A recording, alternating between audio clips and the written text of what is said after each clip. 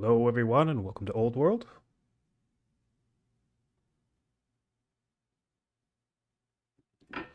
Today we have another multiplayer match.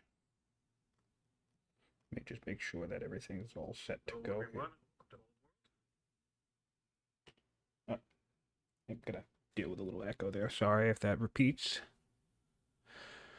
All right.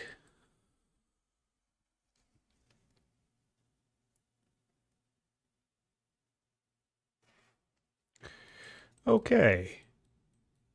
Yes, so welcome to Old World. We have another multiplayer matchup in the Old World tournament.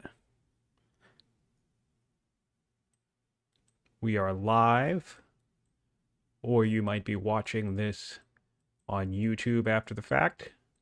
We have Yagman versus Marauder. It seems like Yagman has taken the Hittites, and we're starting with a Riders opener. So we're going to get that double scout right away. And of course, we will have a builder on the throne, intelligent builder. If I could get an audio check from the one person who seems to be in the channel at the moment, that would be appreciated.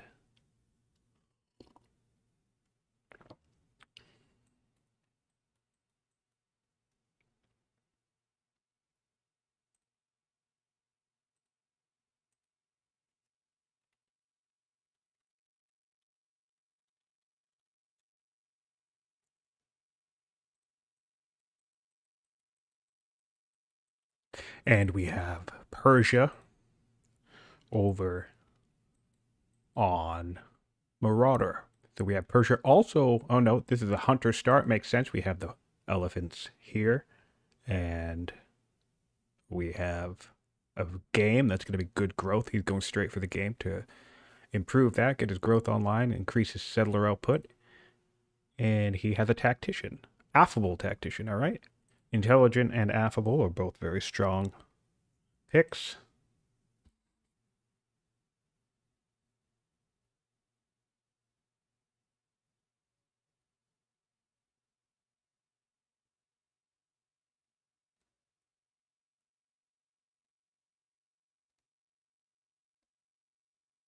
Sorry, just making a post, a link to connect people to the channel.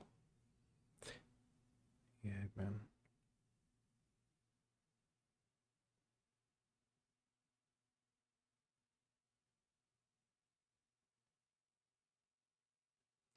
Let's head over to the Hittites and see what they're up to. Okay, so we're exploring, looking for that first barb camp. Conversely, the Hittites are doing their farm because they don't start with trapping. That makes sense.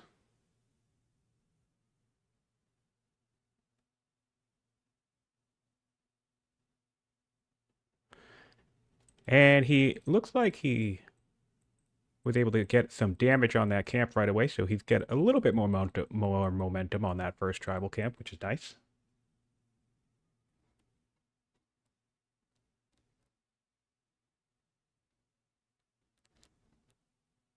Okay.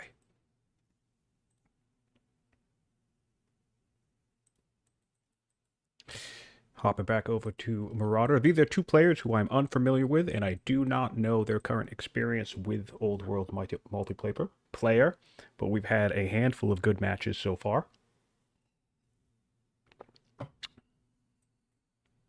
This is round one. So each player currently can afford a loss in the tournament.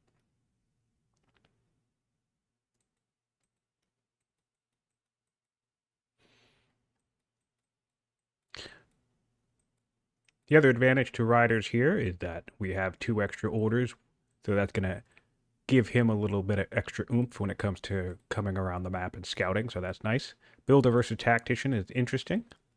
Builder is always a strong opener, but on these smaller maps, tactician is always a powerful early choice. Then let's look at the total city site amount here. We have 1, 2, 3, 4, 5, 6, 7. And it doesn't look like there's any center sites. So that'll be 14 city sites on this map, pretty tight. And we have another lake in the middle, surrounded by these volcanoes. A little lake down here in the bottom.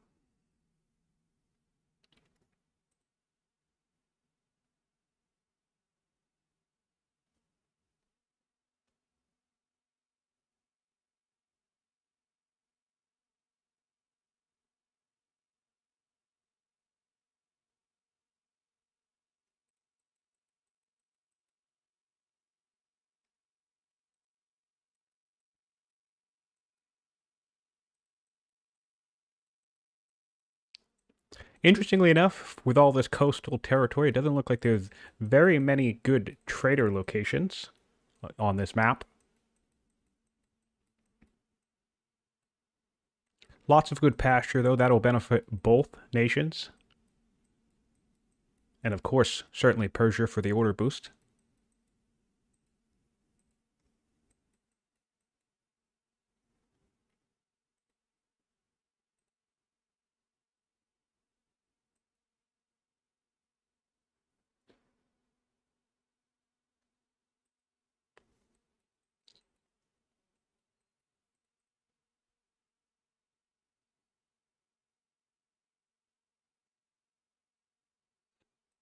All right. We have stone cutting for the Hittites. That's their tech opener. And divination for Persia. Currently 13 science to 14. So despite the slight wisdom boost on Persia, their science is pretty even. Their civics is pretty even, 18 to 14. You'd expect a little bit higher civics on the Hittites, however, because of their innate national boost. And we have the Scythians, the Thracians up north, and the Numidians. Not a lot of tribal presence on the map due to the limited number of city sites. Okay. Persia will have to deal with a second unit, which is a bit unfortunate. Let's see if the Hittites, yep, the Hittites also have to deal with the second unit. Interestingly enough, the settler is not coming to protect this unit. Often when you clear a starting barbarian camp, it's a very common tactic to have your settler come up and basically provide you either shelter to hide inside the city while you're clearing the next unit, or the ability to heal. I can understand not needing the ability to heal due to the hero. However, if you were to tuck your unit inside the city site, you take a little bit less damage, which will speed up your ability to heal. You definitely make the trade there by putting damage on the city itself, of course. We'll see if Persia does decide to go protect his unit to sort of demonstrate what we're talking about here.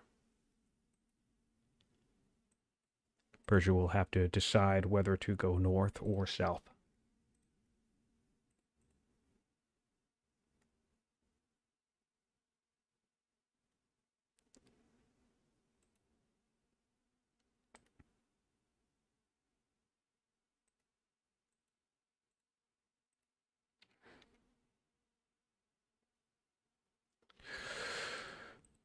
Okay.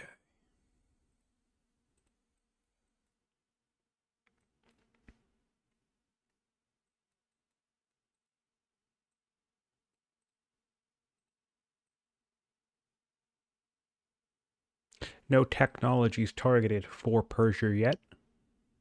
Divination's a pretty classic opening, though.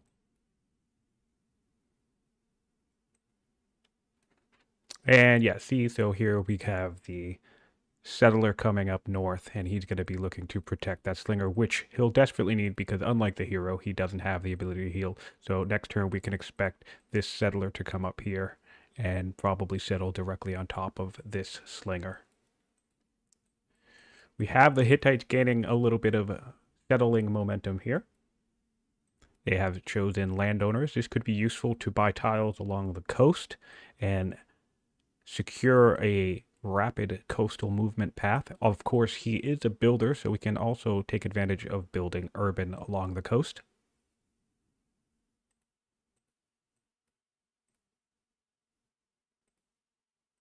This hero will be able to kill the barbarian, but he's going to be stuck spending a few more turns healing, but I suppose that's going to have to be the case with both units now.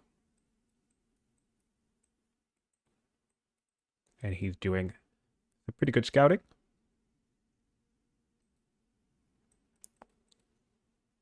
Back to Marauder.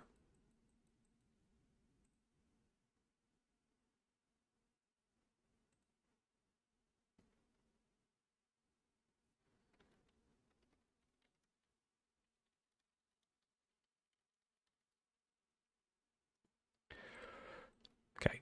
All right.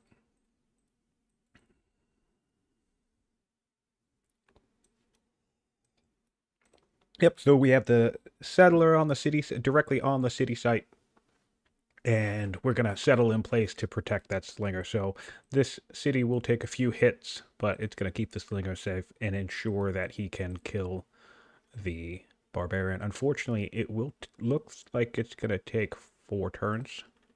And we have a rider's forward settle here. So that will give Marauder his second slinger. That means we have 2 slingers on the map for both factions. Pretty strong benefit for riders. Can often be underrated. But of course, in this format, in this setting, head-to-head dual maps, player versus player, that scouting becomes incredibly important, and we've been seeing that a lot across the tournament so far. The importance of scouting.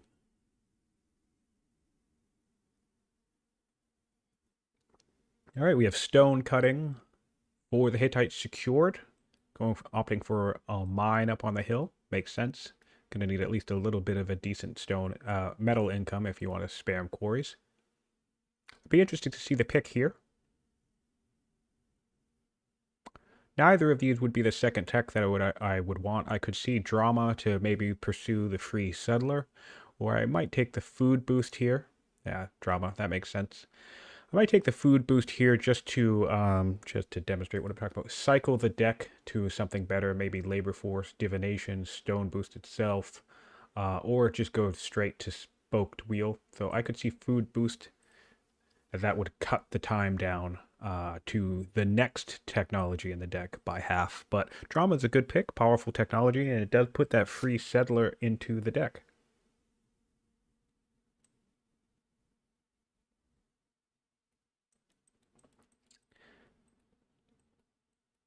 Yes, that's interesting. That is a bold move. 1 settler, 2 settlers for Persia. This production is going to be delayed here.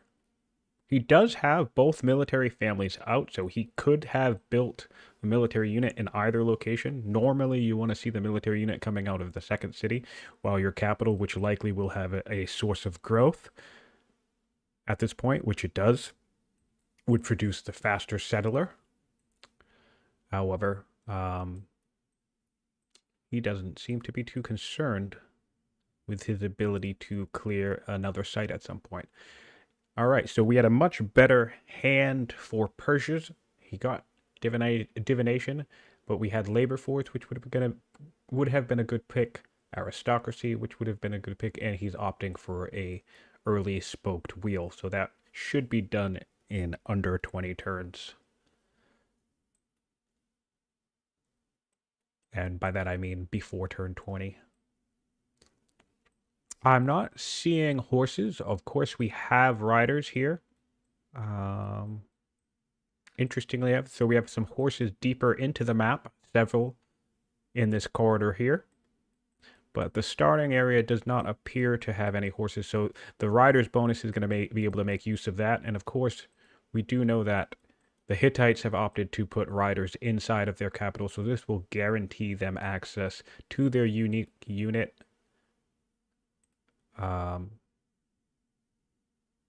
That's not going to die, is it? I'm pretty sure that's not going to die.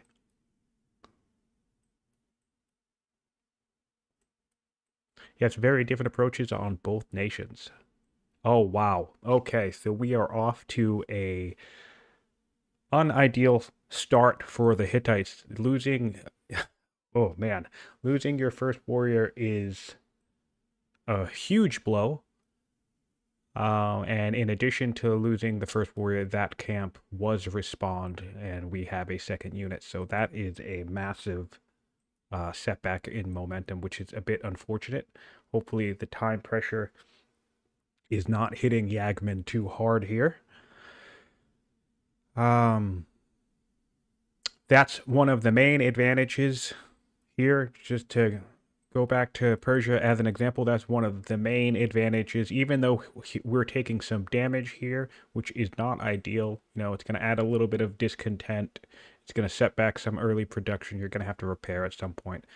You're still taking a little bit of damage. It does keep your military unit alive. So if you are going to clear and you are stuck generating a second military unit, it's very important to follow it up with your first settler to protect it if you need to. Very common tactic for clearing out your first tribal site. So that is just very unfortunate for the Hittites to deal with. On the bright side, however, Persia is still a bit slowed down here. This Slinger will take several turns to heal up. Of course, it's not dead, but it will take several turns to heal up. We have swapped to a Slinger, so that's a bit of a momentum hit here as well. This production will stay here, but it will decay a little bit each turn, so I imagine that will drop quite a bit in the 7 turns it will take to get us a Slinger. So we're having a little bit of error here and there, and that's okay. Everybody has different approaches, different experience levels, and we're just happy to see participation. It's actually a good sign here. It looks like we have 2 opponents who might be pretty evenly matched. It's always going to be a sad thing to see someone's first major multiplayer experience be going up against Fluffy Bunny or anyone else who has a really, really strong track record of multiplayer games. Again, I don't know these players in particular. And yeah, so the Hittites already have a second warrior on the way. So not the end of the world. They can catch up.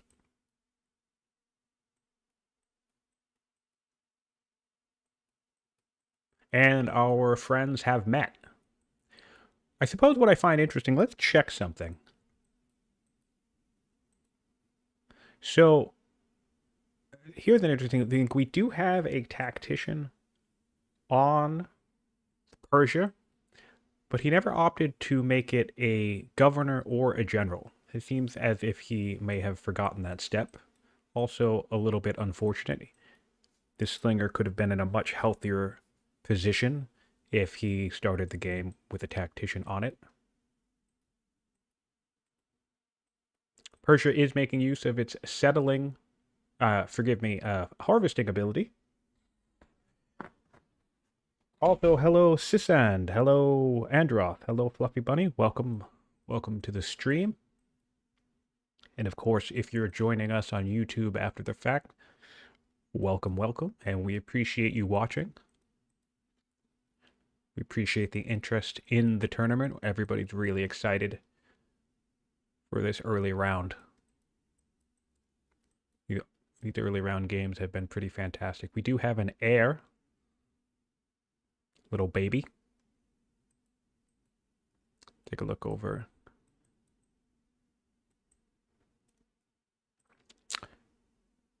The Hittites have explored into the center of the map. It's a very small map, and through meeting their opponent, they have now revealed that location.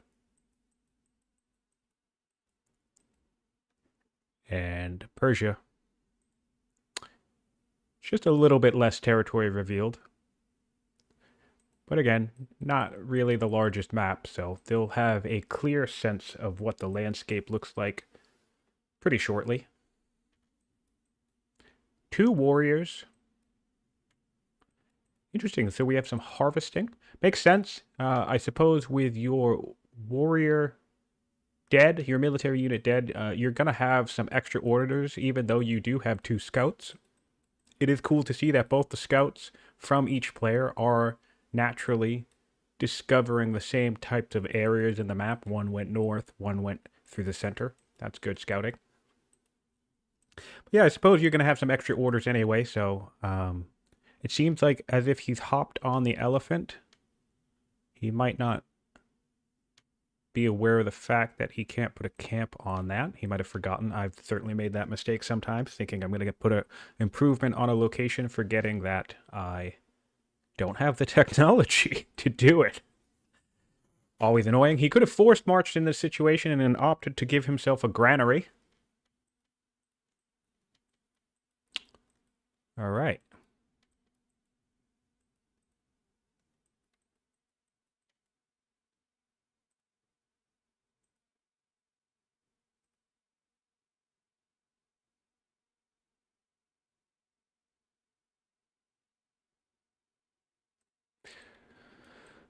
Spoke wheel in 9 turns for the Hittites.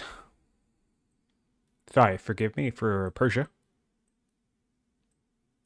We do have a settler coming out 1 turn, so the settling momentum will land on Persia because we don't even have a site for the Hittites to settle anymore.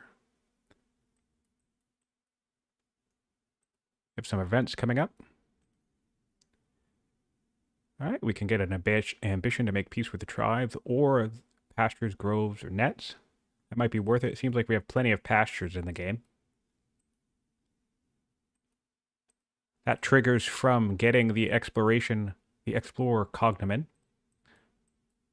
Let's see if... Nope, the Hittites have not gotten the explorer yet, but they should be pretty close to it.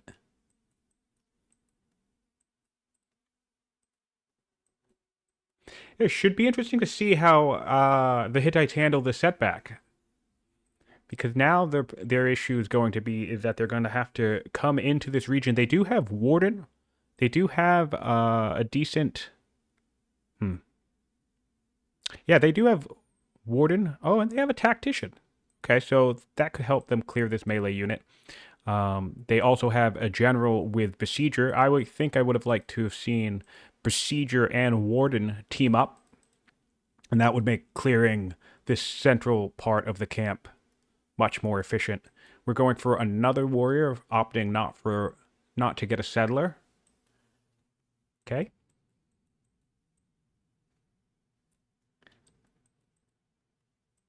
I suppose that makes sense. Although the settler would have been out in 7 turns. I think he could probably clear this in 7 turns. Yeah, that seems about right. Definitely hope he can clear it before a new unit spawns.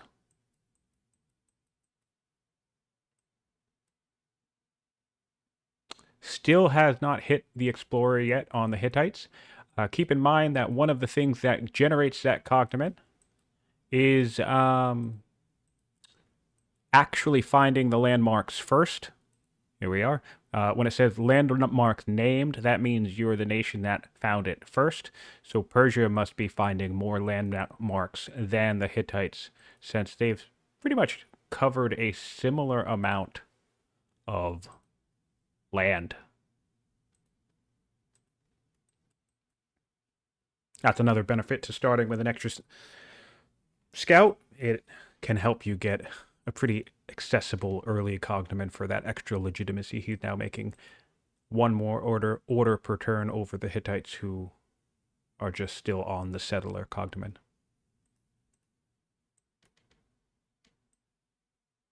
The Hittites with this scout in the woods will now be aware of Persia's success in securing their 3 starting cities.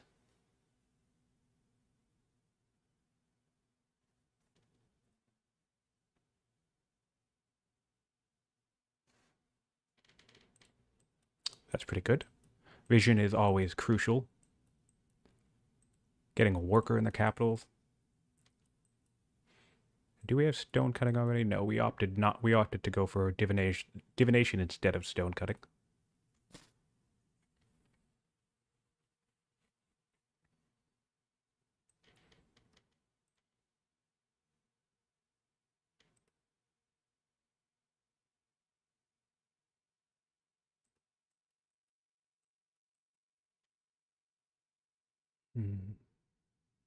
Back to the Hittites.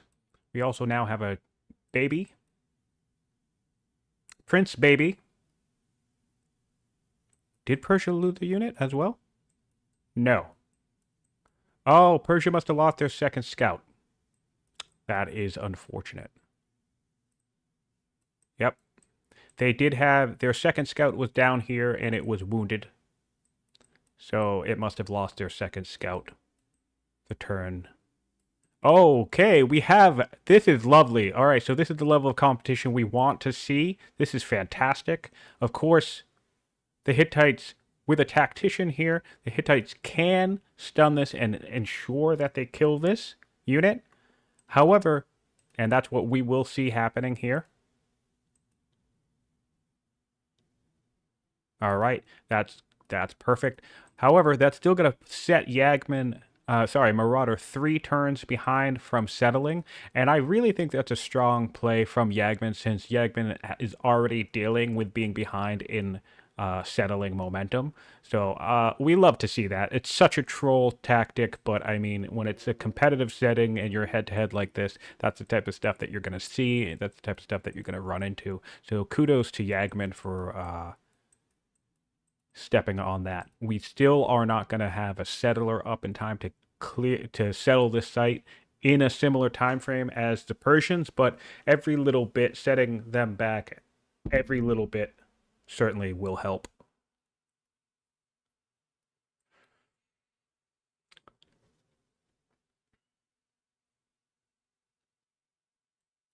We have 3 turns on drama.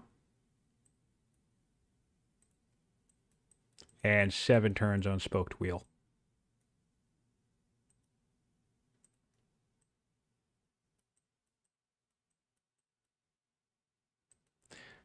Persia will now be aware of the Hittite situation. He might be a little bit confused by the Hittite situation, but he will be aware of the Hittite situation.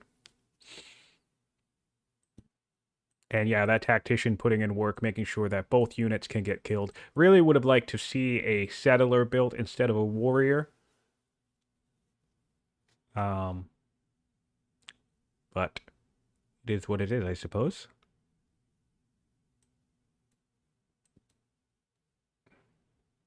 And the baby was named. Great. Let's take a look at the characters we have in our courts here.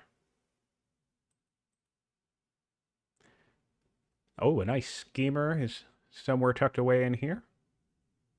We have an oligarch tactician. We have a hero, so a couple of good generals. Husband's a judge. That's always nice. See if that makes its way into a city to do some rushing. That's always very, very useful. Persia is now scouting more to kind of get a sense of what the Hittites are up to. Their vision's not necessarily that great in the area, but nice to have a scout nearby. 1 more turn to kill this scout and settle, and 2 more turns on their next unit.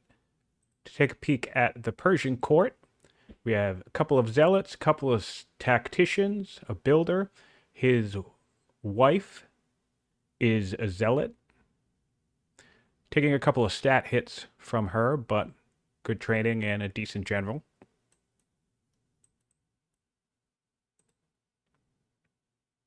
And paganism has been founded. So, gotta get a head start on that religion situation. I'll be curious if he opts to bring in statesmen or clerics here. Not sure what's going on with this. I think perhaps Marauder might be concerned with Zocking or something, but... Or maybe he wants to settle far out. So he's just walking around. Not that this unit could Zoc, I'm just wondering why he bothered to move it, since he could have settled in place once it's cleared. Could have been a misclick, though, of course. We are playing with no undo, so misclicks aplenty in this mode.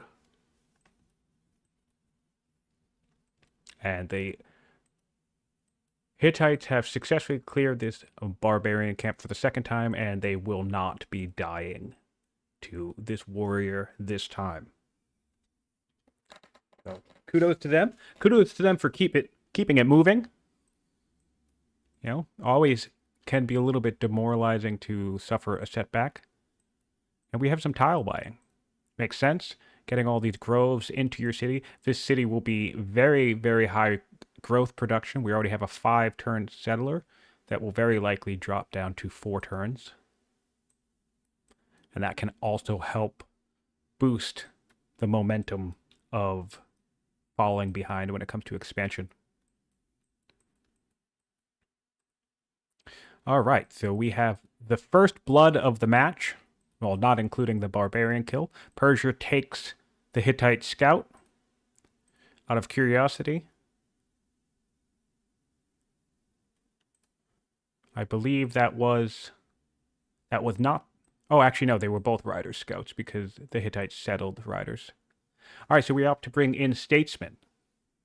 All right, so no clerics this game. Interesting. Wow, we have another immediate settler being built from the statesman seat. Definitely a strong desire to start expanding as quickly as possible. I can respect that. I might have opted for a worker here, though, and then a settler in the cap, since a settler in the cap will be 6 turns. That production on the settler in this city has only dropped by about 5 growth, so that's not too bad. Oop.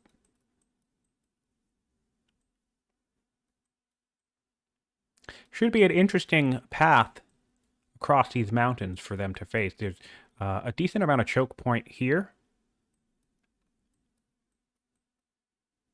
This is one of the situations where a forward landowner settle could always be interesting, because you could do things like, if this were landowners or this were landowners, you could do things like purchase along these lakes and give yourself the water movement. Of course, you could always adopt the colony law to do that, but it's always difficult to sacrifice serfdom in this arena.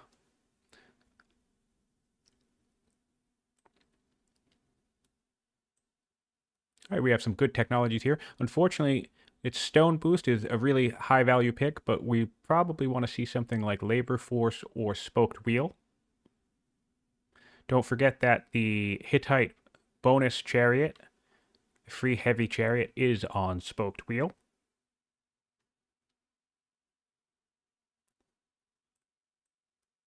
Oh.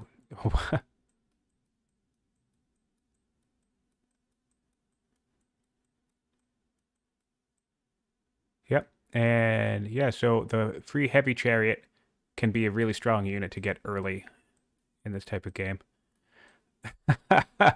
Yes, indeed. And we have a lovely shout out to our live stream host. This is yours truly, Siontific. Lovely river. We have camels and some gold and some silver, and not a bad spot. Love to see it. Love to see it. Good humor. That's great.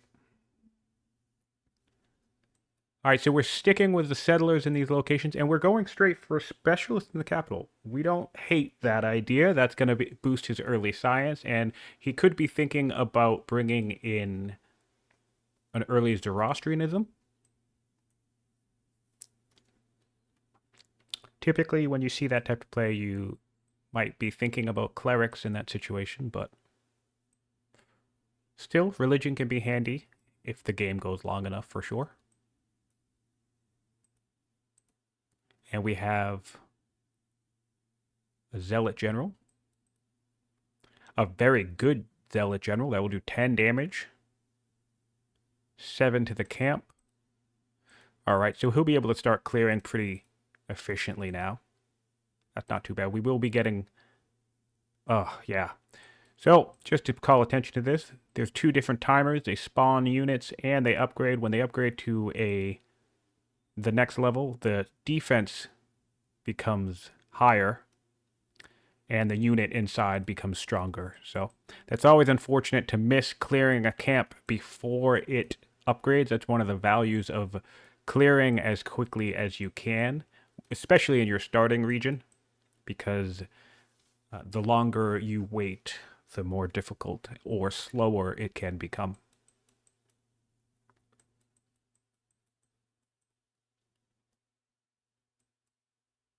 All right. A lot of the map has been discovered for Persia, a good chunk of it. And on the Hittites, yep, similar. Much of the map has been uncovered.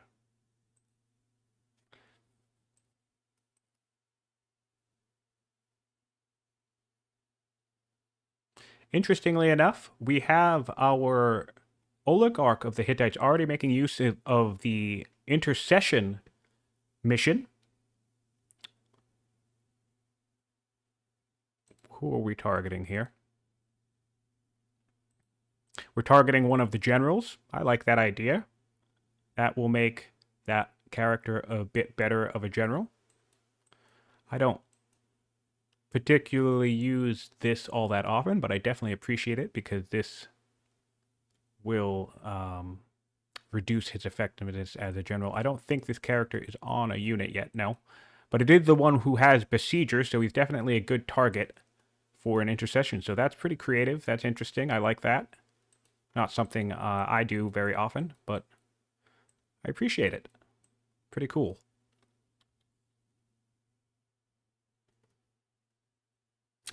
Yes, indeed. Nizar, hello. It could very well be the first intercession we might have in the tournament. Certainly interesting to see the different mechanics in the game coming up in different games. Sometimes a game will showcase one thing and then that same mechanic might not show up at all in a different game, and that's pretty interesting to see. All right, yeah, so we should be making quick work of these units. Now let's do a double check. Now we're doing 4 to that camp. See, so before this upgraded, these 2 units would have done more than 10 damage to this camp. And just to emphasize the point, now the most we would be able to do is 7. So it's a bit unfortunate. We still have a tactician for the stun, but rather than clearing this camp, and I mean the camp tile specifically, I'm not factoring in the other units just yet. Rather than clearing that camp in 2 turns, it's going to take 3 in addition to having to clear the units. So, a bit unfortunate there. What do we have? We have a Shrine of Mithra. This is the increased ranged unit promotion shrine. Personally, I would prefer to see this in a hunter's city. That way you get the extra promotion and the sentinel promotion on the same ranged unit. That's always something to keep in mind when you're planning out your shrines, is if you're playing Persia, because I'm pretty sure they're the only one who has that specific combo. I don't remember if Babylon has that combo. They might. We do have an exposed scout out here.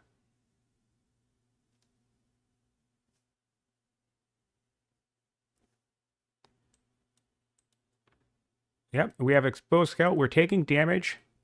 And, yep, it is visible to the Hittites. So it could be interesting to see here if Hatti tries to take some revenge on Persia for the death of his scout back at the city site. He would be able to do this with a forced march.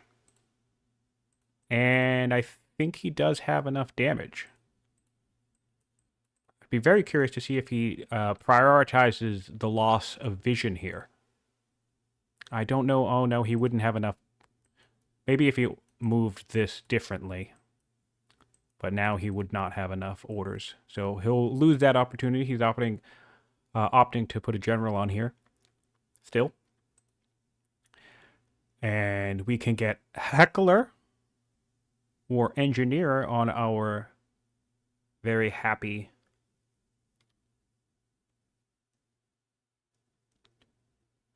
tactician. What's interesting too is, speaking of intercession, we already can see that the Hittites have influenced their oligarch as well. So Yagman is making some good, consistent use of the political abilities in the game. Of course, he absolutely has the income. He is a builder. He has the income to support that.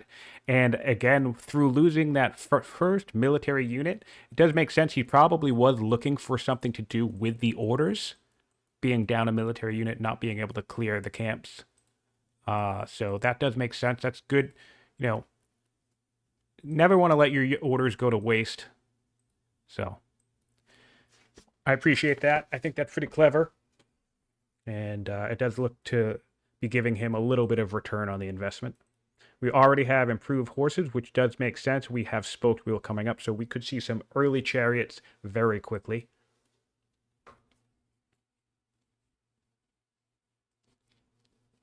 The Hittites do start with iron working, so spears shouldn't be too far away for them.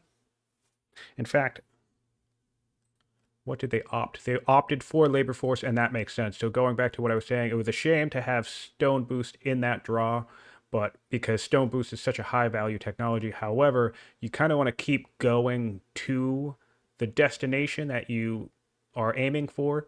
So the play there would have been to grab labor force or spoked wheel, and we're going for labor force, which does make sense because both the Hittites and the Persians have quick access to chariots. So the Hittites are probably thinking about making sure that they can take care of that.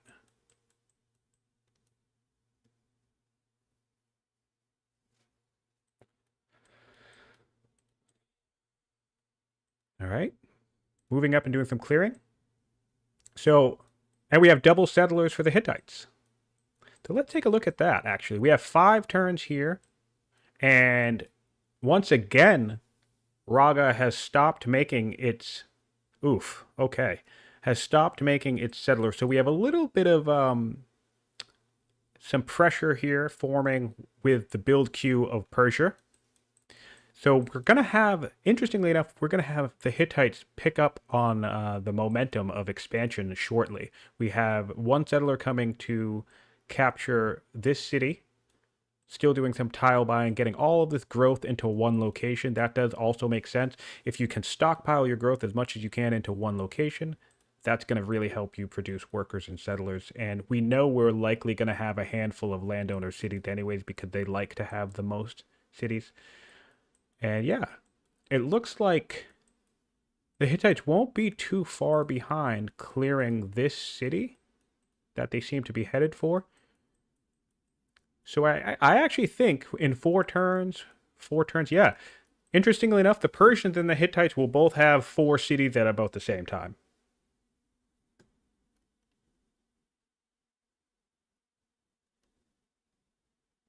Sure. Let's do stats one more time. We'll start with the Hittites since we're here. We have warlike and intelligent. The builder chose intelligent to start, so we've just gotten warlike. This is a pretty solid combo. Not bad at all on a builder, of course, and gracious. So we have decent gold income and civics income. We're married to a judge. We're generating 15 science, 48 civics, 38 training. And we already have a 7-year-old heir. No courtiers in the dynasty yet. The Hittites will come up here and keep clearing this site. Makes sense. We could come back and start healing with this. No real reason to guard this site, although I guess I guess with a scout in the woods, there is a reason. And then on the Persian side for characters, stats, we have an affable, humble tactician. So we're getting a good chunk of science from our tactician ruler. And of course, the ability to stun, making a good general. He'll start making his way to clear this camp. We're married to a zealot who's draining some civics from us. Not a lot of science from us, but a little bit. And we have a 10-year-old heir, so we are ready to start tutoring, but we do not. I do not believe we have any courtiers. No, we do not. Do have the option to put in a chancellor if we wish. Not really a lot of good options. You don't want your queen to be champion. The chancellor should keep draining more stuff. And we have 20 science, 42 civics, and 58 trading. And of course, the order advantage is going to go to Persia here, but I'll just bring that up real quick as well. It's 16 orders, 17 orders for Persia to 14 for the Hittites on turn 19, soon to be turn 20.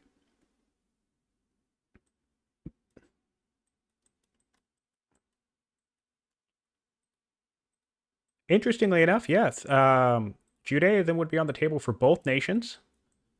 We're not seeing any progress on either front from either nation. The Hittites are focused on settlers for now. Let's see here. They're building an Odeon. That's a good spot for it. That's going to expand that border, keep this movement, this river movement coming up. I'll be interested to see if we see tile buying or if we see worker urban spam along the coast. Both decent options. Worker urban spam is technically and consistently cheaper. Well, it is cheaper. Not even technical, it is cheaper. But of course, it is still spending a decent amount of stone, and it costs more orders when you're doing that through the woods, because you can't just walk up and buy the tile. You also have to build on top of the woods, so it costs 3 orders instead of 1. So, depends on what you're prioritizing. Labor force in 3 turns. Freedom on this, I'd be curious if we see a freedom adoption. Still in the era of expansion, so I think that would probably make the most sense here. Boosting this city by another 20% growth would be really, really solid. That would be at least 4 growth coming into the city once this pasture is finished. Pretty good growth. Slavery is also always a popular good choice. That's probably one of the better, more balanced law pairings in terms of really you're going to win either way with which one you pick. But I tend to think freedom is better early.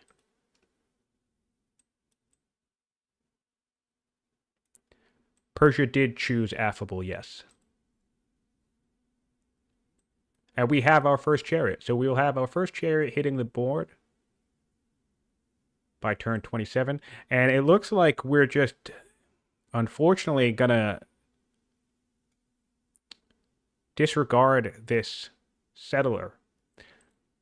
That does bank him 100 food if he ever wants it. The 100 food that this costs is still in here. He needs to exit this out in order to get that food back. So that should be interesting to see if he remembers about the food or if he just hangs on to it.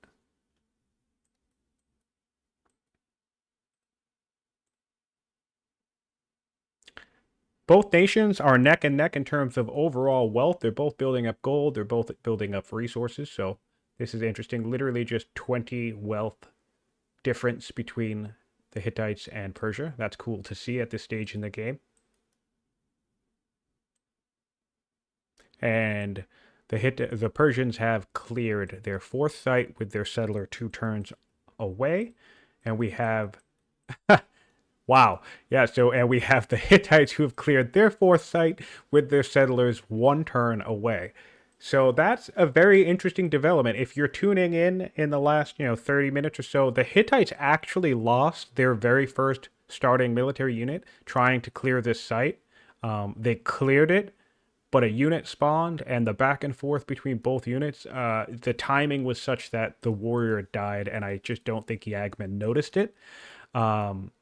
So there was definitely a momentum swing here because Persia was able to clear this site, settle, and then the Hittites came in and put a scout on this site to deny it. It's been an interesting development. But it is cool to see that the Hittites have kind of bounced back, and they're actually going to end up with 4 cities a little bit sooner than the Hittites. So good for them. Good job, Yagman, for catching up and just sticking with it.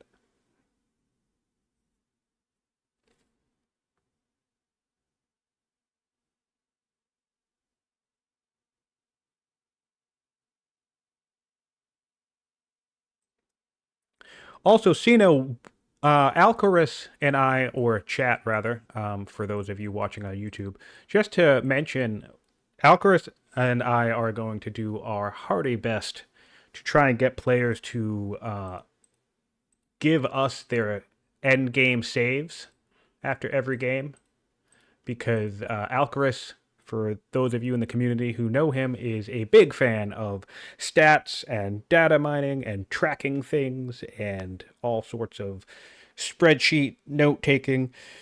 So we absolutely would like to take a huge amount of research on, what type of archetypes were chosen, nations were chosen. We do have tactics student for the air. That always makes sense. That's a good second one. We have the air option for the second child in the family. And we can get a big burst of resources if we decide to get rid of Humble. I'll be curious if he chooses to make that decision. Hang out here to see what he does.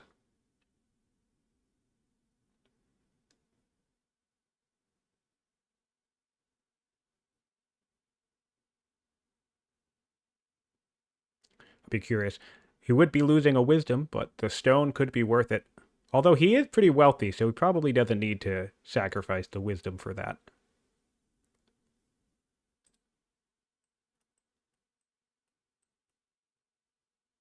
And he did not. He just took the bottom option, which I believe was experience.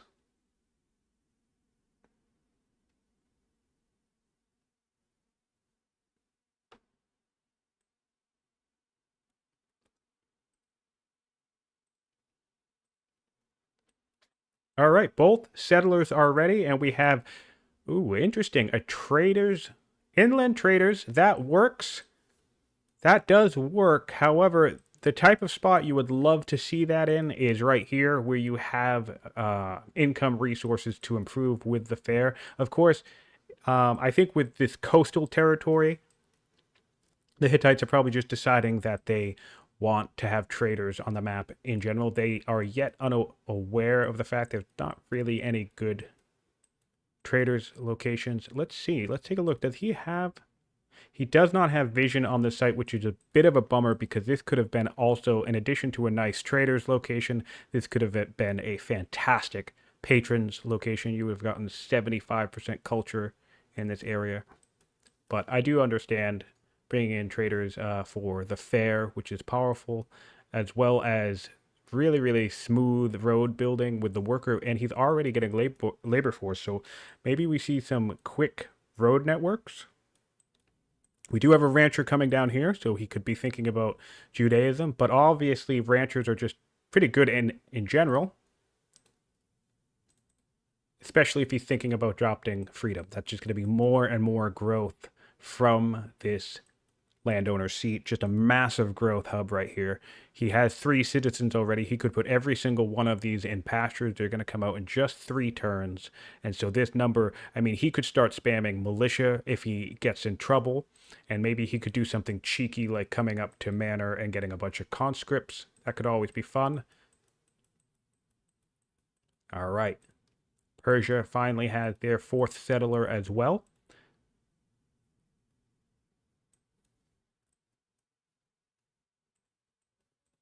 One turn away from stone cutting. It seems like this worker's going to sit on standby here. Oh, getting a free luxury is always a great event. I'll be curious if he opts for the pagan opinion, though. Ugh. Yep, this always sucks.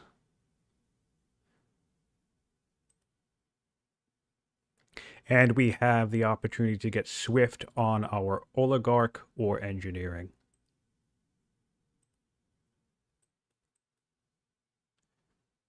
He went for the luxury and sent it directly to the capital. That does make sense. I can get behind that decision.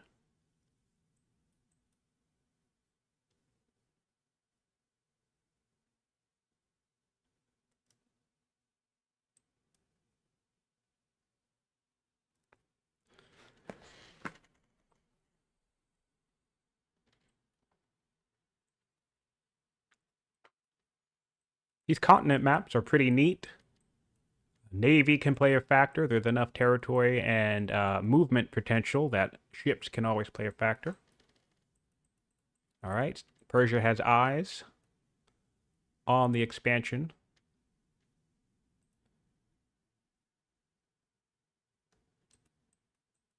of the Hittites.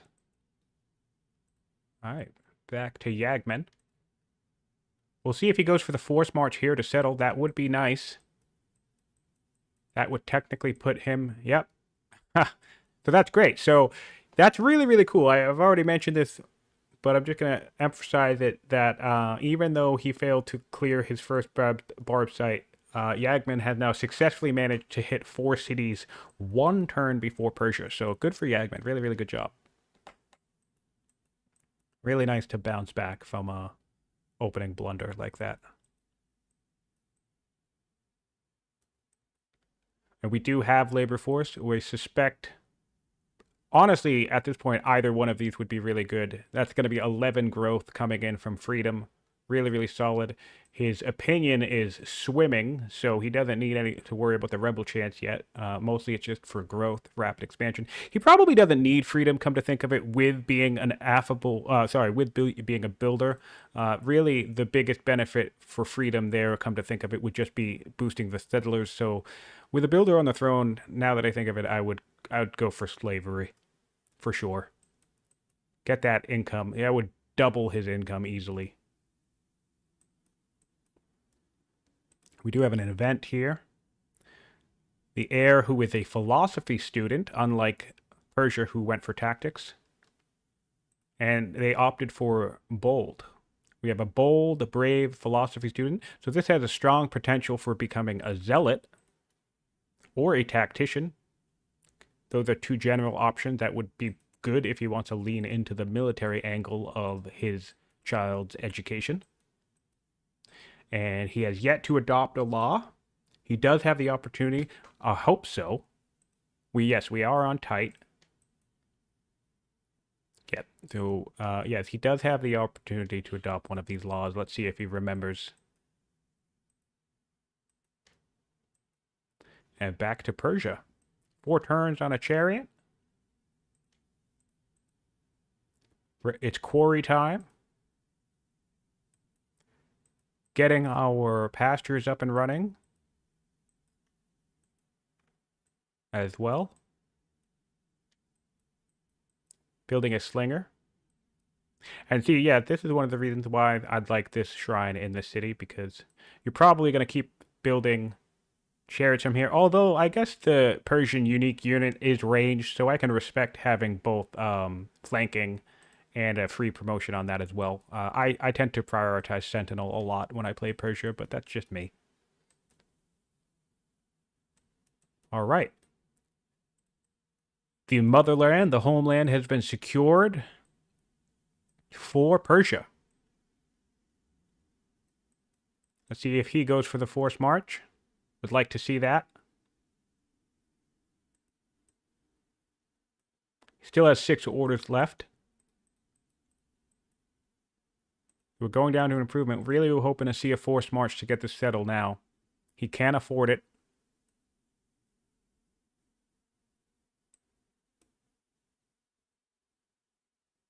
Nope, we're moving. Wait.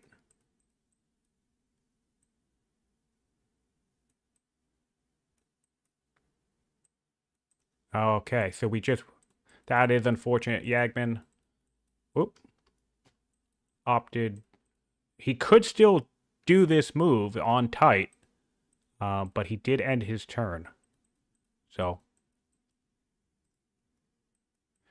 Might not be familiar with force marching units, or at least force marching settlers.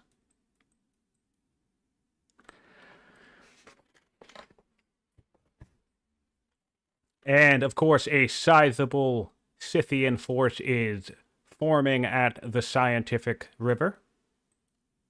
The Siontific Scythians. Love to see it.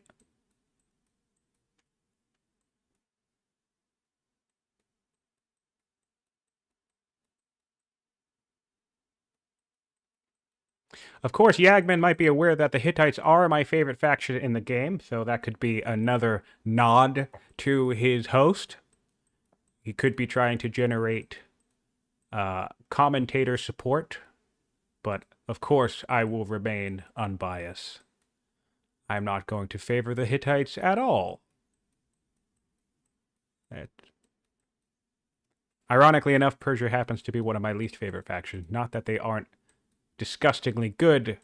I actually dislike how good they are. And it also took me a while to get good with them, personally. I realized that I hate that they start with both military technologies and very little economic advantage. Obviously, husbandry is quite good, but if there are no pastures around, I think getting started up with Persia is a bit tricky. Took me a while to get the hang of it.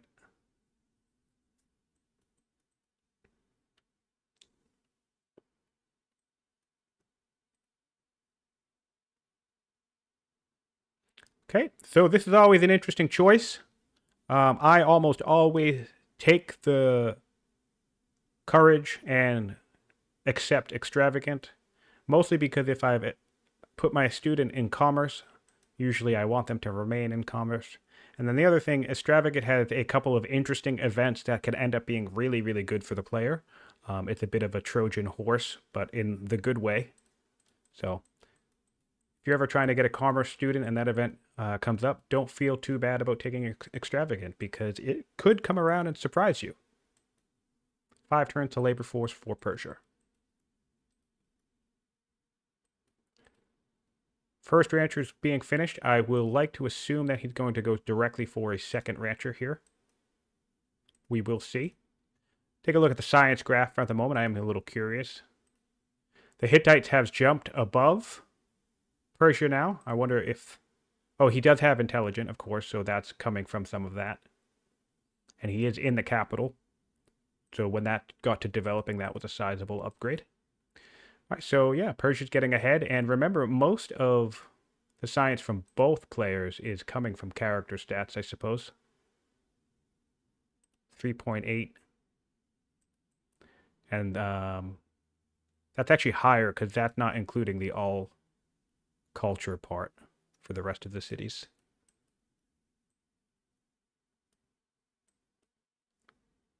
All right, we have more tile buying.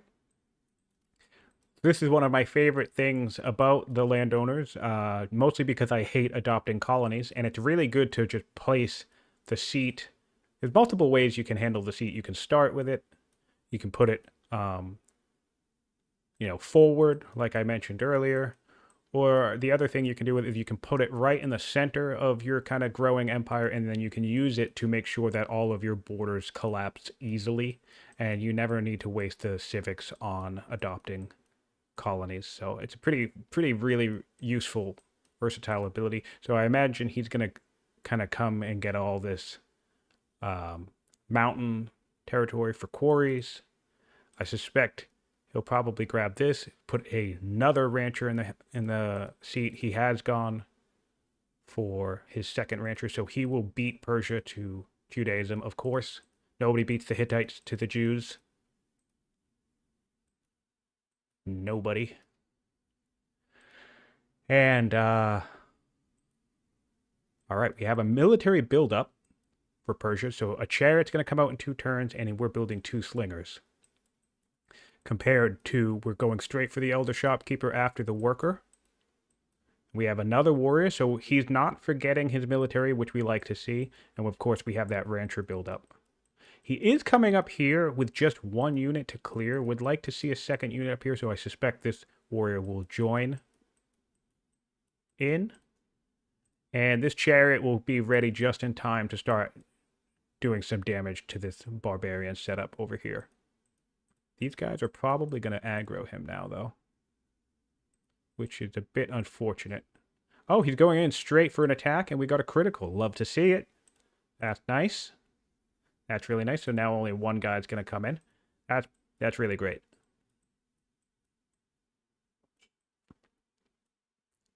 Both nations coming along quite nicely.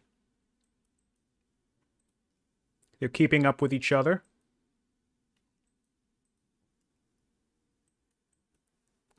We do have the free settler in the deck. This is a tough choice. You could get navigation early and get those orders, or you could just get that free settler. If you got drama specifically for the free settler, it's really, really crappy to discard it. But I don't know. I might grab navigation here. And we did opt for freedom. Nice. Nice. So we are just going full speed into growth as the Hittites. We are now at 26 growth in the landowner's seat. We can do 3 turn settlers, so we might not even need this free settler. Keep in mind there are only 14 sites on the entire map, so the Hittites technically only need 3 more settlers unless they opt to try and push for a forward settle. And yes, we have our warrior marching up north to assist his friend to clear this camp. So we are going for the free settler here. Fortunately, the discard pile will be reshuffling, so we could see navigation hop back into the draw pile immediately. That is entirely possible. And of course, aristocracy would be a good grab, so... Alright, we don't lose much by taking the settler here. There is a reshuffle.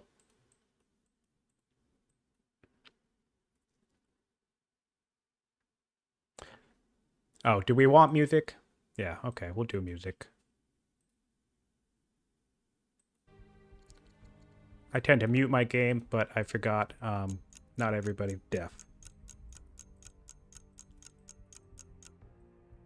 Oh, also what I'll do is I will turn on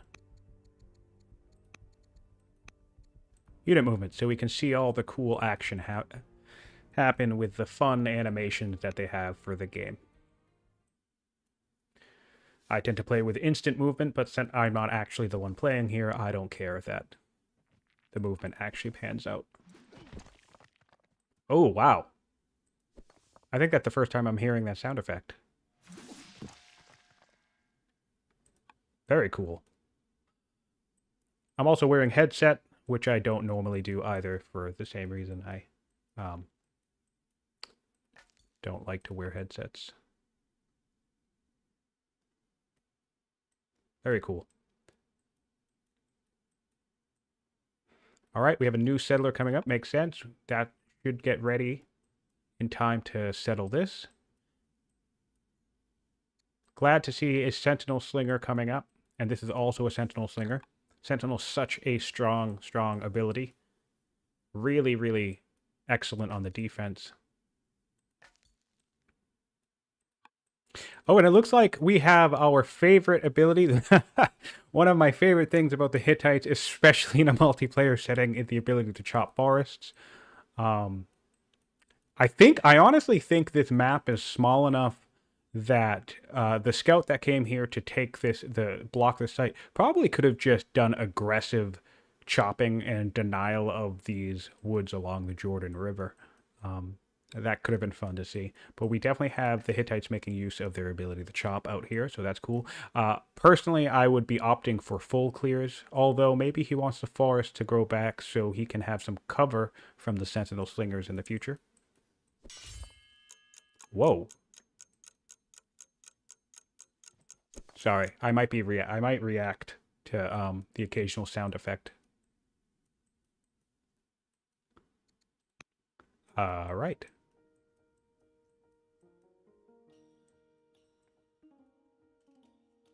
One turn on the free settler, 1 turn on the rancher. I'll be curious if he keeps going with these ranchers or if he starts utilizing his growth potential. We have massive amount of worker potential. These militias, honestly, yeah, with this one being constructed, this militia should be able to finish in 2 turns. He also can do 2-turn scouts. So he's going to have a lot of strong potential. If Judaism lands here as well, he'll be able to get his disciples out super fast as well. So fingers crossed that we see the Jewish holy city land in Tarhuntasa. Lots of strong synergy coming off of the landowner seat here that I'd like to see. Nice, and we see some chopping with the military unit. Just such wonderful utility here. He's getting himself in position to attack. He might not notice the river. Not really where you want to be. He's not at war with the Scythians yet, but if you press Alt, you can get a sense of what damage you'd be able to do once you do go to war, so... He's on the wrong side of the river there, but that's alright.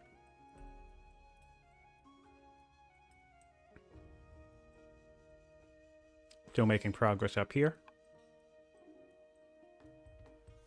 And the Elder Shopkeeper is humming along. Always nice to get the Elder Shopkeeper started as quickly as you can. That's 4 extra science and a bunch of extra growth and gold in that city.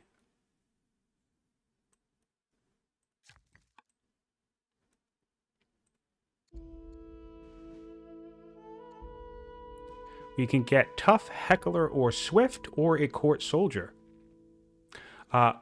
These are all really fantastic promotions. It is my second in line, though, so I would very likely opt for the Court Soldier. I'm a big fan of courtiers.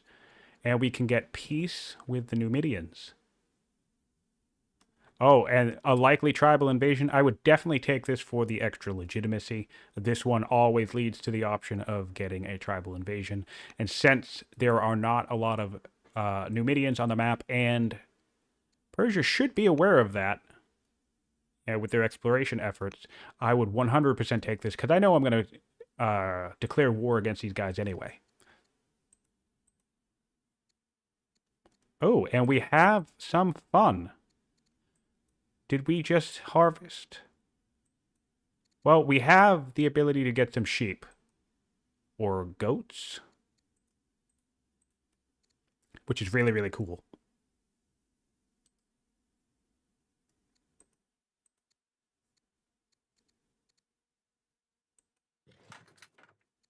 Hopefully he's not hung up on this decision too much. Running out of time, but he doesn't need to. Alright, great. He's managed to spend all of his orders. He saved his events for last. That's smart, because he can always do that on his opponent's turn. 2 more turns on labor force. Let's see if he could assign a governor to increase that. No, it doesn't look like he could.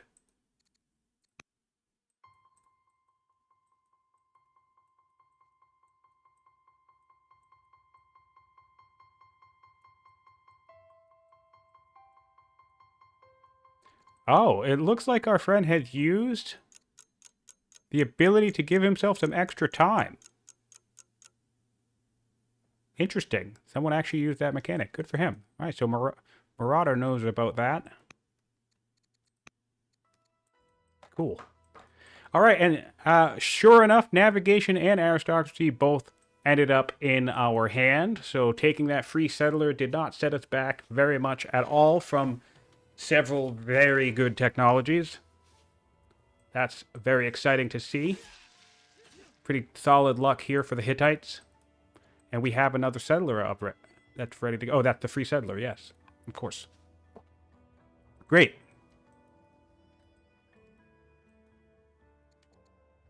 Two strong options here. Both aristocracy and navigation would both be strong. Let's take a look at the science again. We do have a science lead as the Hittites. Of course, he wouldn't know that. We are similar and competent with Persia, so we're keeping pace. Alright, now we've successfully repositioned in a better spot. Can't quite kill it this turn, but fortunately, we do have a river here. Although we would be taking quite a bit of damage on this warrior. We do have a hero to heal. Still, not ideal. I'd be curious to see what he takes. He does have developing culture in the capital, so aristocracy would be a decent science boost. But of course, it's always hard to say no to orders. I probably would take navigation just to get it out of the way now, but really tough decision. And nice little quarry triangle. Love to see it. His economy's solid. Really solid economy right now.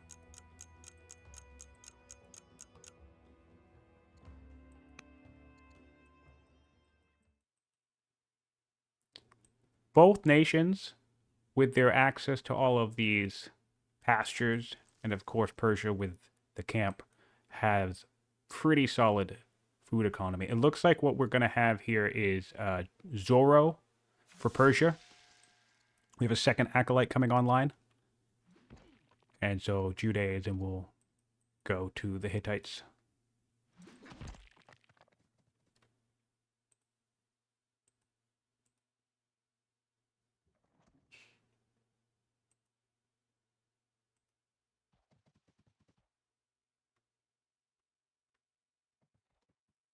All right.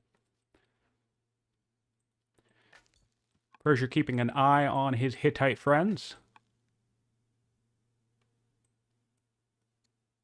We have a judge as an heir for Persia. A bitter bisexual. Aren't we all? And, okay. We have a not great event here. It doesn't look like we have any real good options here. Maybe imprisoning. Yeah, would have to imprison this guy. He's a decent hero, and that would just keep this guy happy.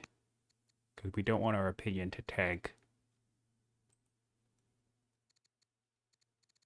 I'm going to assume that we imprisoned the person. And now we have Judaism. Oh, and how perfect is that? All right, so we have 3 turned disciples. I love it. I love it. I love it when a plan comes together. We have the Jewish holy city in the landowner seat that has access to 4 pastures, which already have 2 ranchers on them, and there's also another pasture nearby if he wants it. Hasn't even built any granaries yet if he needs even more growth. Wow, that's just fantastic. Good to see. Love to see it. Oh, interesting. We've opted for a zealot here. I wonder if the horse, Yep, the general died. The hero general died.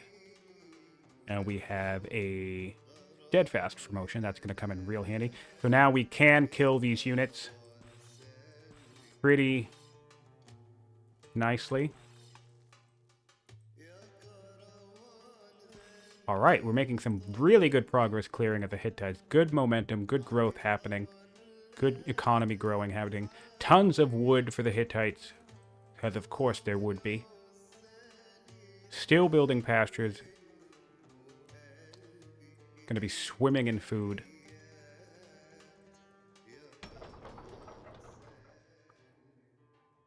Can build 4 turn warriors in his capital already.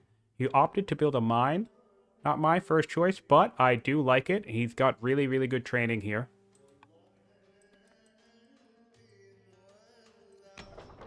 And of course, in 3 turns, we'll have our very juicy Elder Specialist with our net yields of 2.4 growth, 3.8 science, and 69 gold.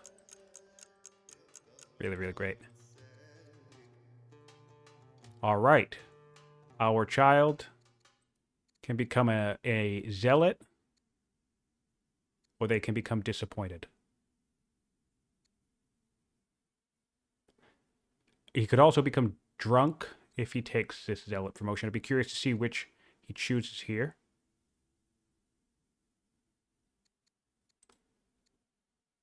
Wow. Honestly, with Brave and Bold and the stats that he has currently, I would take that. I think I would take Zealot. And he does. All right, so we have a Brave, Bold, Drunk, Zealot Artist. Love it. We have 6 Courage here. Going to be 25% attack, although the Discipline is going to reduce that quite a bit. So that's not perfect, but still pretty solid. And with Judaism, have we adopted that? Do we have the civics yet? We don't have the civics yet. We did go for aristocracy. We like that play. But with Judaism, he will be able to take advantage of the ability to rush. So things seem to be coming together nicely for the Hittites. Let's hop back over to Persia and see how we're doing over here. Slinger, Settler. We've cleared this camp. So we have an extra camp cleared. And Persia has... the Hittites have not cleared their 5th camp yet. 2 more settlers on the way. So we'll likely go south, I suspect. Have the option to get a tactician or a commander on the second heir. This is always nice. The second heir does have Heckler and Righteous. This could make an awesome alternative. All right, so this is interesting. Yeah, so I would like to think he ended the persecutions, but we can find out. Oh, and our ruler is ill. And we did end the persecutions because this event legitimacy would let us know if he chose to continue the persecutions. Yep. Also, this tells you. All right, so we have an illness on the ruler. We have to keep track of that. Our judge could be taking the throne sooner than we expected. We have our first raid coming from the Thracians. For now, they'll actually be headed this way rather than down. So that's not too bad since we're settling ahead of, sending a settler in this direction. And yeah, this chariot will be able to make quick work of everything. So perhaps, oh, we have another raid down here. So everybody's raiding at the moment. Interestingly enough, the Numidians are raiding the Hittites, which does make sense because there is the peace with Persia. So this is really great for Persia because now all of these units are just going to head in this direction, and Persia's free to come down here and clear this site if they want it. Can they attack now? Oh, they would have to cancel peace first. Let's do a quick check with the Hittites. Yagman making good use of the tight turnstile here. He ended a turn with 4 orders left, but he's still moving a worker and still making decisions to build stuff. Interesting Shrine of Tarhun placement in the landowner seat. My guess is he's trying to stack up the civics bonus from having both religions in the same location. I love that as an idea, so that's great. Interesting choice with the training shrine, but you know, whatever. I don't hate it. Oh, it looks like actually the capital will become the holy site of the pagan faith. What did we choose here? Oh, healer in the capital. That's good. That'll go on the horses that come out of there. Interesting.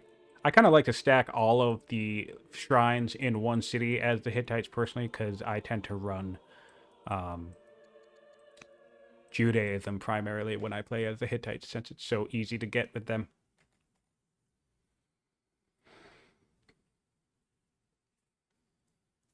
All right, we have a warning here. The oligarch could become endeared. We could get an ambition to control 2 elder acolytes.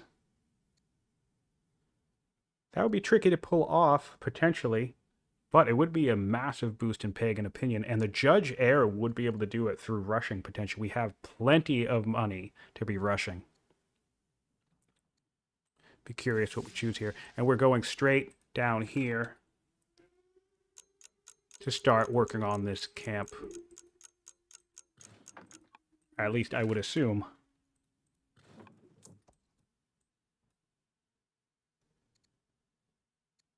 We are still ill, haven't progressed the sickness yet, but it also hasn't cured yet. He opted for the wisdom rather than take the ambition. The Hittites have begun their conquest of the Siontific Scythians. All right, and we have a settler ready to go. That'll come up shortly. And yeah, this warrior had to fall back, but we'll still make decent progress on this camp over here. Ooh, and we have an eruption. Very cool. Lovely graphic. Love to see that.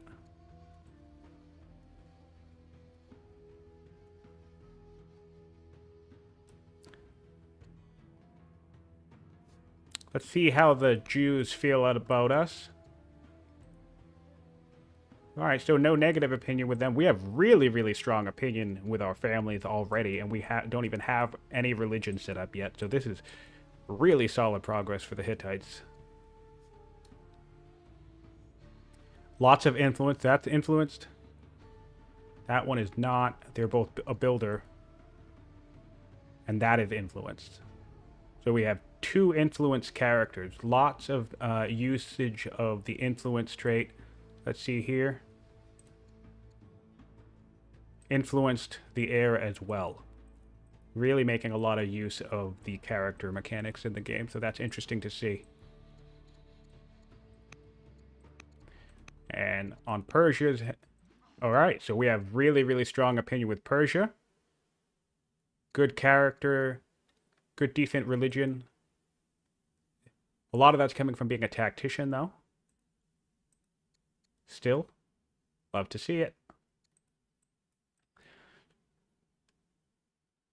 So we'll have the Zoroastrians versus the Jews. A holy war on the continent.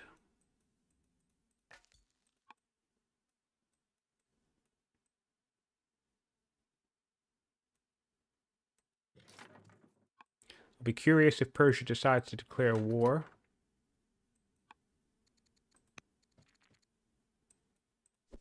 Oh, interesting. We're moving up. Wow. All right. He might be deciding this. Honestly, this is a tactic I've done quite often in games. It's a little slow with normal tribes. These guys are going to take a while, but perhaps Marauder's thinking, you know, I'm going to have 2 extra units backing me up if I choose to aggress towards the Hittites. Let's take a look at the power graph to see how we're standing on that front. Persia is a little bit stronger than the Hittites. So the power score would be similar for him. But we do have a chariot. We do have route potential. It's early enough that there may not be spears on the board yet for the Hittites as far as Persia knows. We do have the ability to hide in the woods. And, of course, we have vision. I'm looking at Persia right now. So perhaps they're thinking if they come up here, they have lots of routing potential. Would be interesting to see if Persia is able to make a move on this location. Oh, nope, this city's going to get settled just in time. All right, that might save the Hittites from a surprise attack. Very nice. So we have 2 frontline rider seats. We have 3 rider seats in general.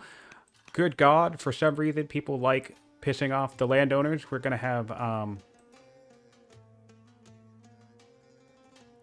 some negative opinion from having the least amount of cities. But, I mean, they're doing fine so far. 60% of this opinion is coming from the fact that we're the same archetype, though. But perhaps we'll do the right thing and we'll put a landowner up here and a landowner up there. But 2 riders up front, I can dig it. Look at the connected status. All of our cities are connected, which is useful.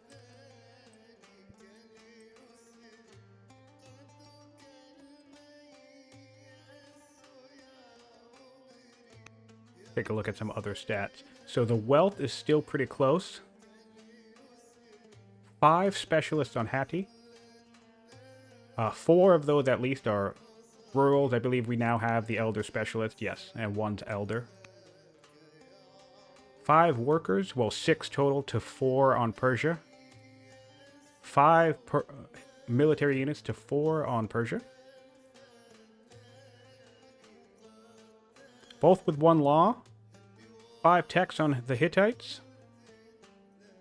Hittites have a slight advantage on improvements as well.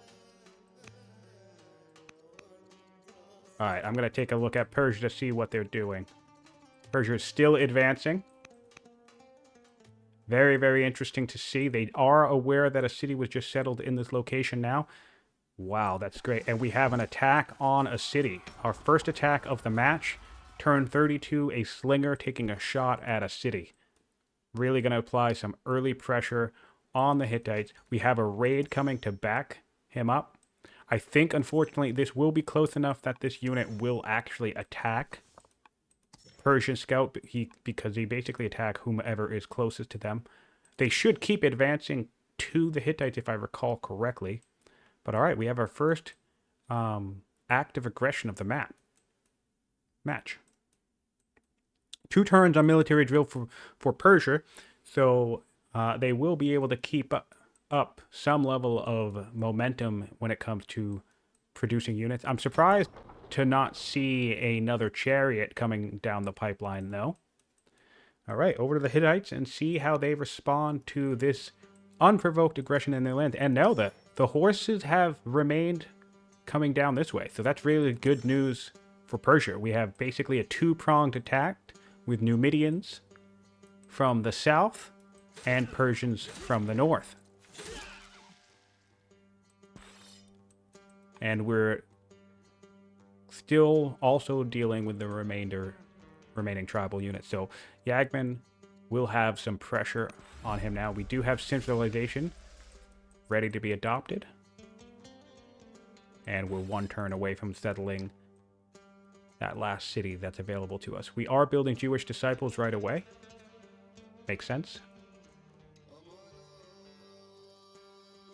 Still similar and competent between both players.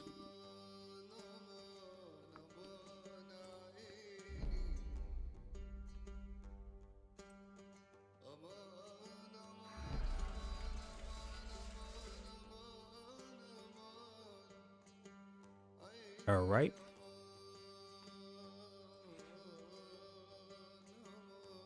We're working on Phalanx now with the Hittites. This is going to be a huge tech for us to get. We have the ability to build warriors. We have very strong economy, so we'll upgrade them pretty easily. And then that'll shut down any threat from the chariots. Pretty strong tech path from the Hittites.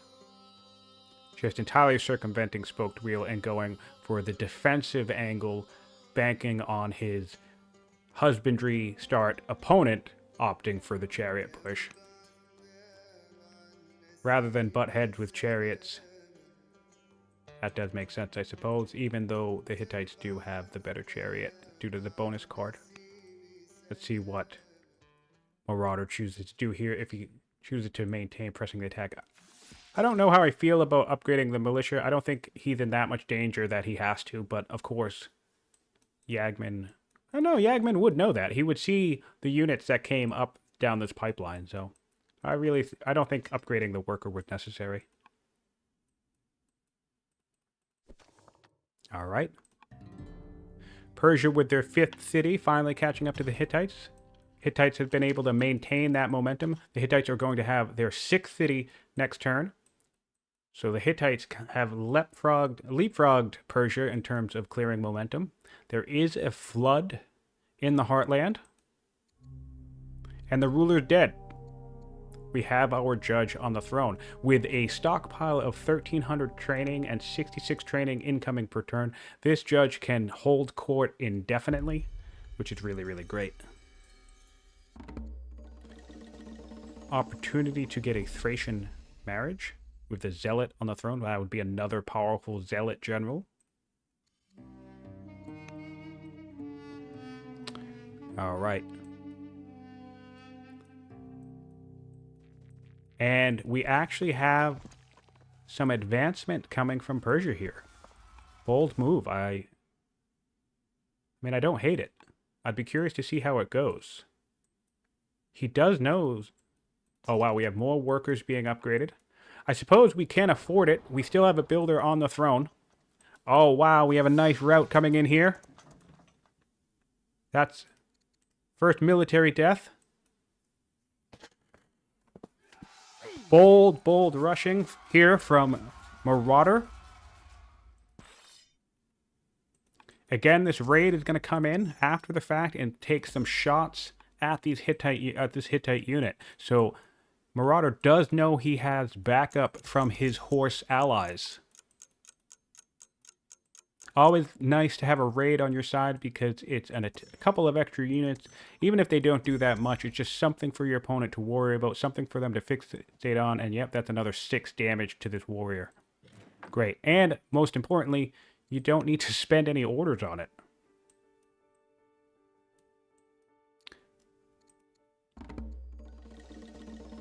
Alright, have a couple marriage offers. And we have yet to adopt centralization. It would appear as if Yagman might have forgotten. We will be getting our 6th city this turn. Now we have a warrior ready. Would like to see the utilization of these trader workers to build some roads to get to the front lines real quickly. We do have labor force.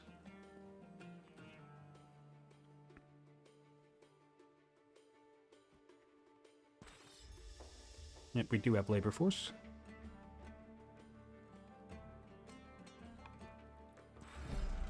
Alright. So this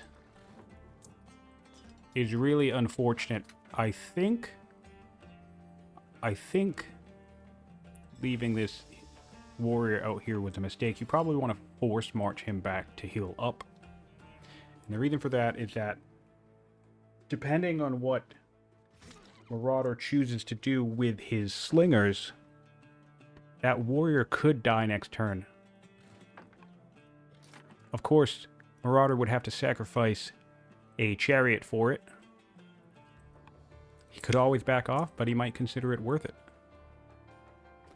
And the last of the Scythians is still alive here.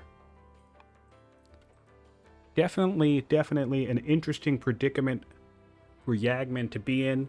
An interesting strategy for Marauder to be leaning in on. We have 2 turns for Warrior. I fully suspect that this Warrior will get built.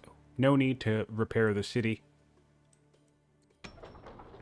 Aha! Yes, we had a lucky event. I was wondering what was up with that HP. We definitely got a lucky event in the city that allowed walls to spring up. So that's going to blunt Marauder's push here quite a bit, unfortunately for him. So a little bit of luck on both sides with this raid coming in, and then obviously with the wall to blunt the initial assault.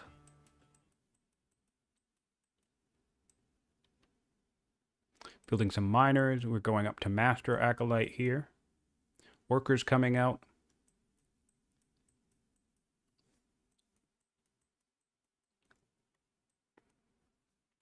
Let's see what Marauder decides to do in his current situation. He does have the ability to... Wow. All right. We're going... We definitely want to see some movement of this chariot, because he could lose it next turn, and that would not be ideal.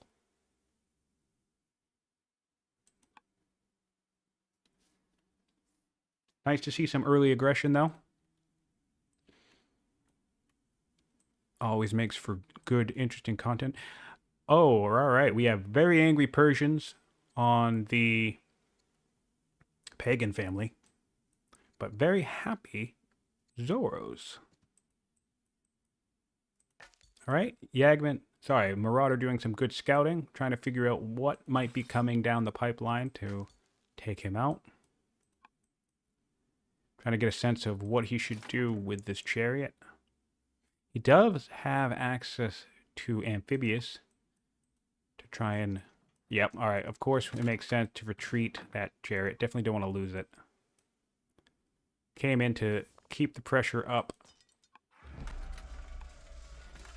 We did not opt for amphibious, which is really unfortunate because honestly, this city site in particular, but also overall the map is flush with rivers, so I'd like to be seeing chariots taking amphibious wherever they have the opportunity. That would make the most sense to me. Looks like we're force marching because he wants to get this guy healed up quickly. No chariots coming up from behind. We would have liked to see a second chariot at some point, especially if you're planning to be aggressive early. And we took out the barbarian from the Thracian camp. So retreating that chariot pretty much took most of the orders of that turn, which is unfortunate.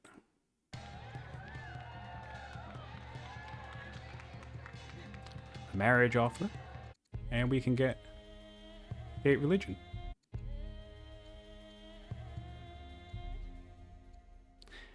We could get an ambition to build 5 scouts, add 2 courtiers, or build 6 connected cities. 6 connected cities is still doable. We have a city site down here, and we have one up top. And I believe every place is naturally connected to the capital except right here, which he did opt to put as a statesman seat. However, these 2 cities would be enough. Oh no, we would have to put a rider city up here. That's also not connected. That's okay though. Wow, all right. So our tribal friends are really harassing the Hittites at this stage. It's so interesting to see 2 different kind of threats coming at the same time, both from the other player and the tribal raids.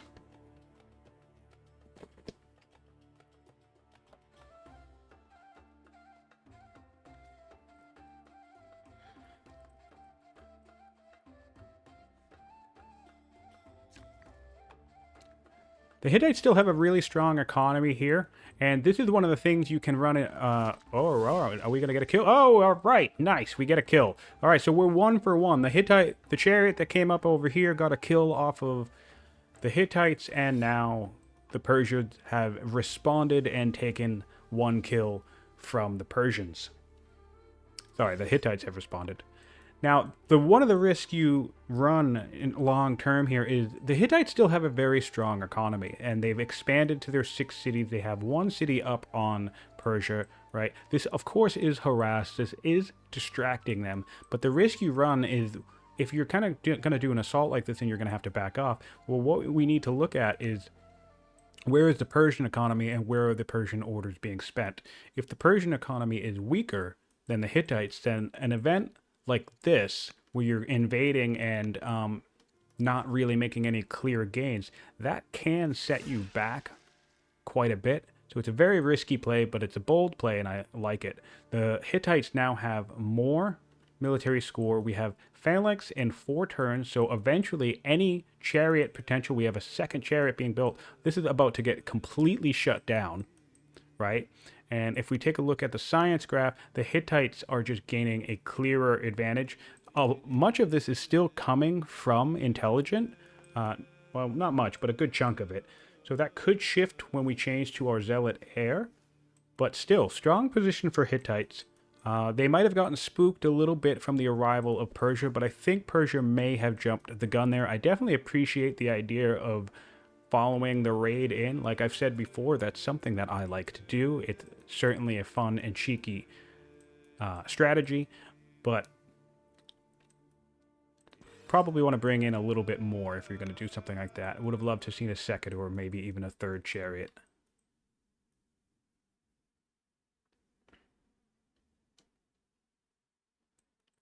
That's a good question.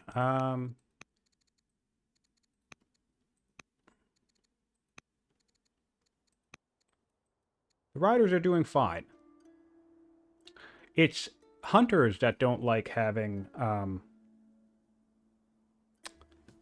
their cities invaded. There definitely were some upticks in discontent from those attacks, but nothing too unmanageable at the moment.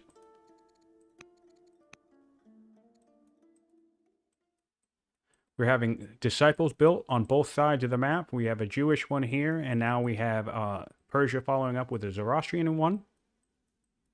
Again, we have a chariot being built here, but spears are going to be a tough issue to deal with.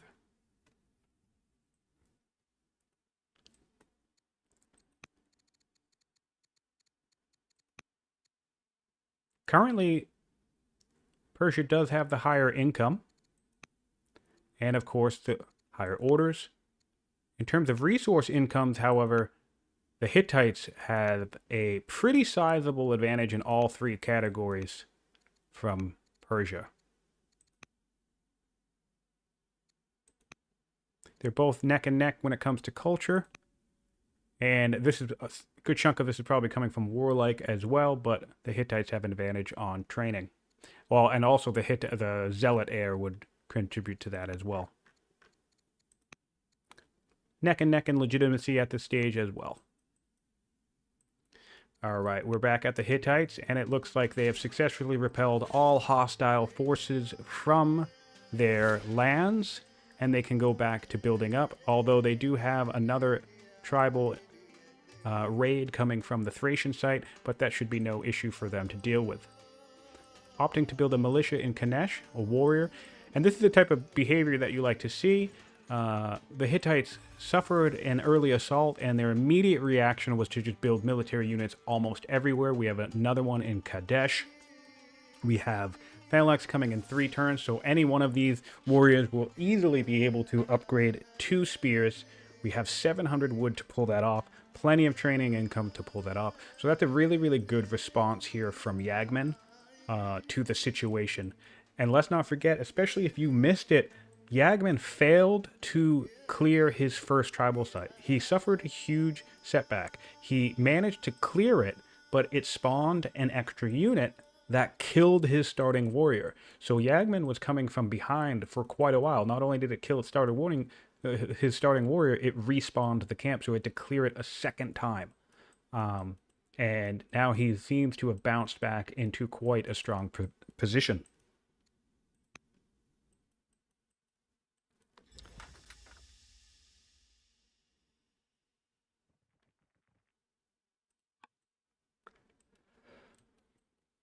All right, back to Persia.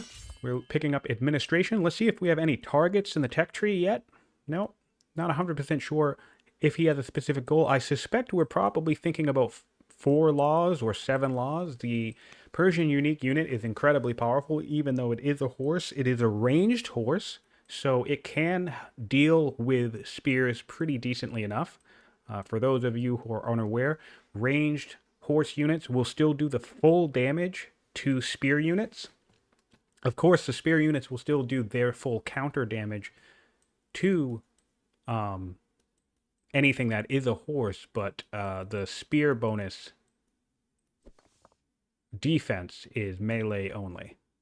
So both the Egyptians and the Persians can handle spears quite well, or at least better than you might think. All right, getting ourselves in position here to clear another site. We do have a settler on standby, which is nice.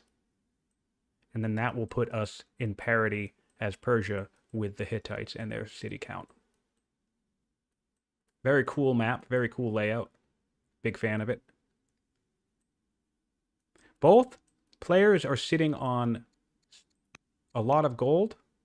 2,000 for the Hittites, 4,000 for the Persians. So let's take a look at what we have for the wonders. Wow. All right, we have the pyramids in the game, and no one has gone for it yet. That surprises me. We do have tiles for it up in these hills and mountain areas. So it's surprised that we don't have a pyramids grab yet, considering how wealthy both players have been. From there, we have the Yaz. The Yaz, oh my god, this is one of my favorite wonders, especially when playing with the Hittites, which of course is thematic. This is a Hittite wonder in real life. Bonus 20% civics when you're already making an extra 2 civics in every city is just phenomenal. And again, you have the access to Judaism super easy, so you will have a state religion. It's just such wonderful cascading symmetry there for the Hittites. Hanging Gardens, Ishtar Gate is always good. Jebel Barkal also will come in handy here as we have religions. And then, of course, we have the Heliopolis. The Colossus is always good. And those are the main big ones. And since we are both dealing with mounted units, if it comes to it, one of us could get the Circus Maximus on our unique unit. That's always fun.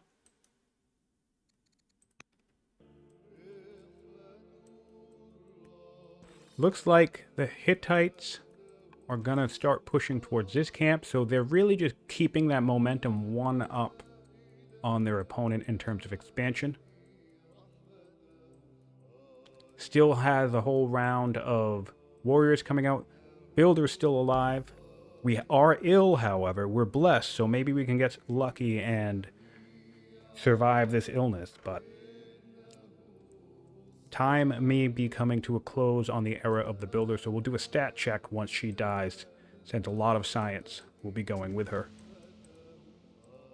Nice, we're getting some manual spread here. I like to see that. We have enough growth in this holy city that we can spam some disciples, and you really just don't want to wait for manual spread at this point, especially when you have a zealot coming down the pipeline if you want to do some rushing. So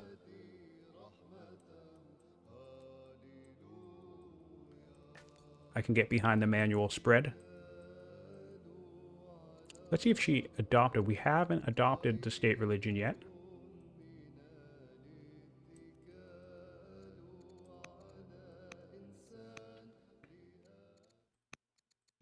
Jerwan Aqueduct is indeed strong. It synergizes especially well with a sage's city.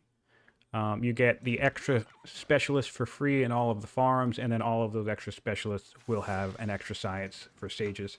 So if you run a sages nation and you have access to the Jerwan, it can definitely pay dividends to build it.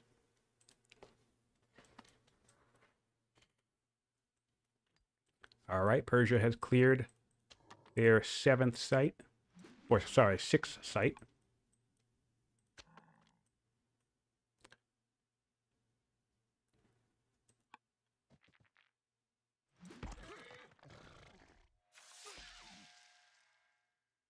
All right, and now Persia has equally cleared any hostile forces from his lands as well.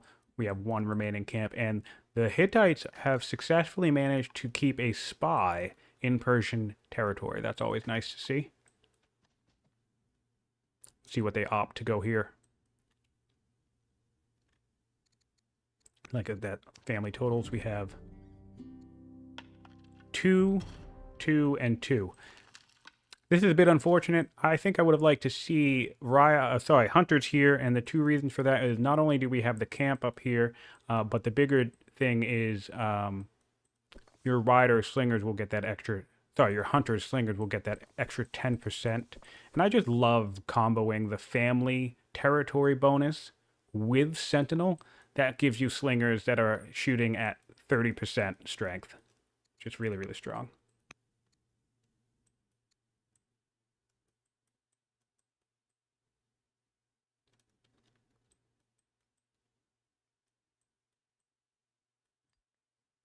I don't know how long we will be playing today.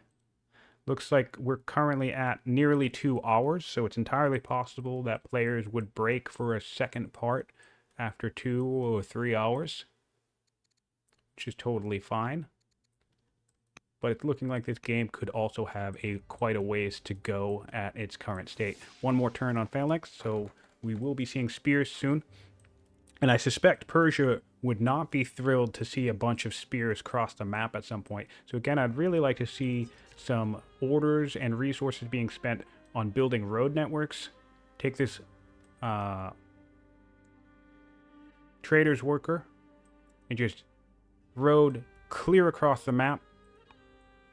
These rivers will help you connect. You can also build some arteries, but I just like to build a straight line road straight across the map, right over these forests, directly into my enemy territory, and just start sending in the units.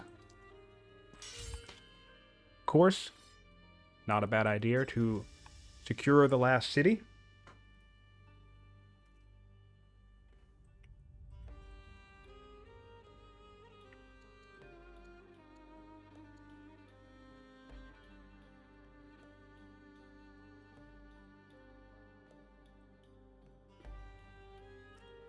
All right, I'm going to put things on Persia for 1 second.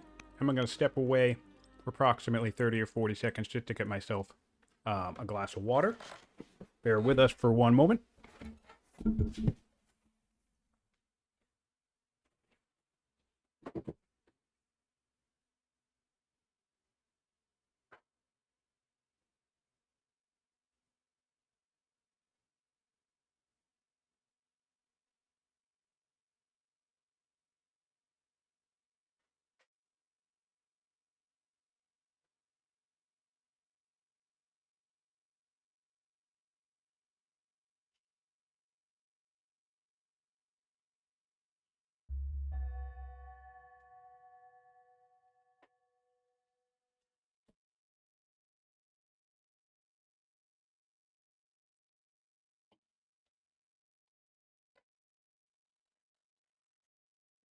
All right, we are back.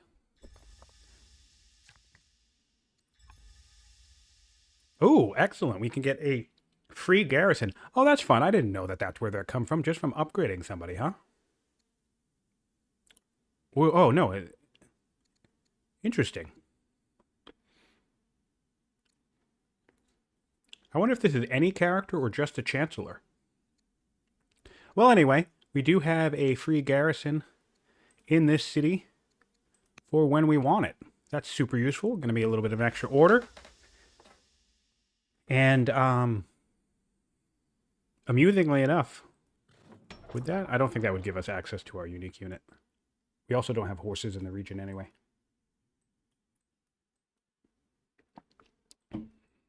We're going for steel. This is brilliant.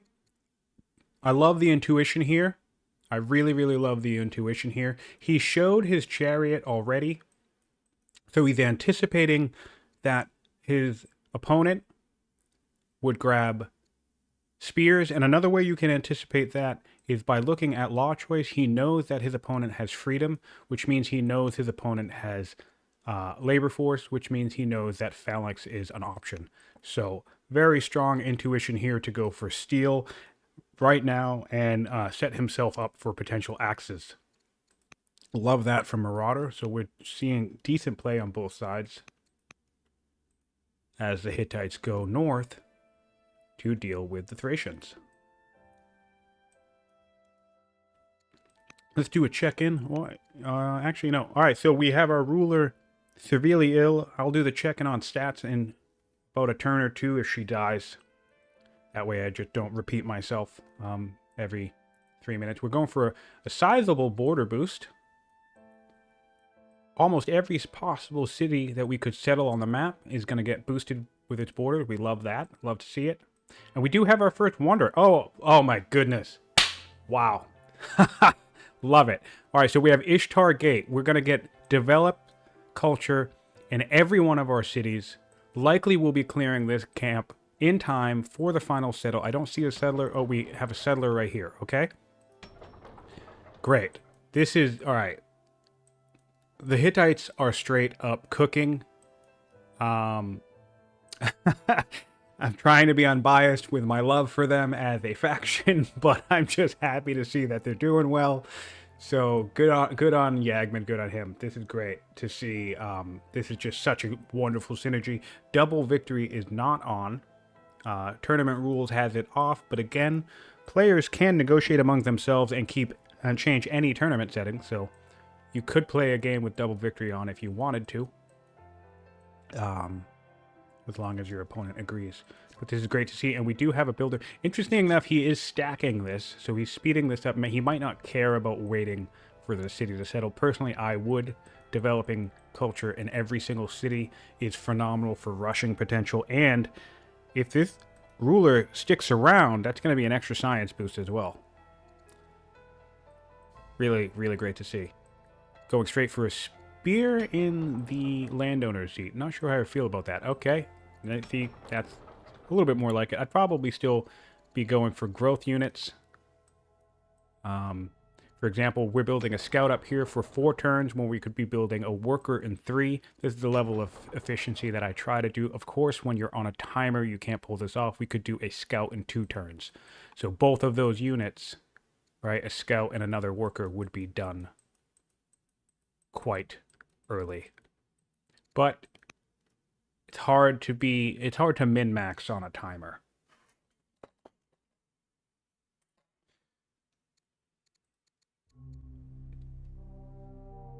Wow, we have another death in the family, another ruler dying here. That is just such a bummer. That's super unfortunate. We have the ability to get some statesman opinion, or wow. A really strong Zoro opinion now, because we're both tactician, both bitter. She's not even Zoroastrian yet, so this can go even higher. So once we get her converted, we should take some time and some civics to get some conversions on our family, because then our family opinion will be really high. We can get an adoption here, and we have a dead governor. So a bit unfortunate luck. However, that it does seem to be turning around for now with the opinion situation.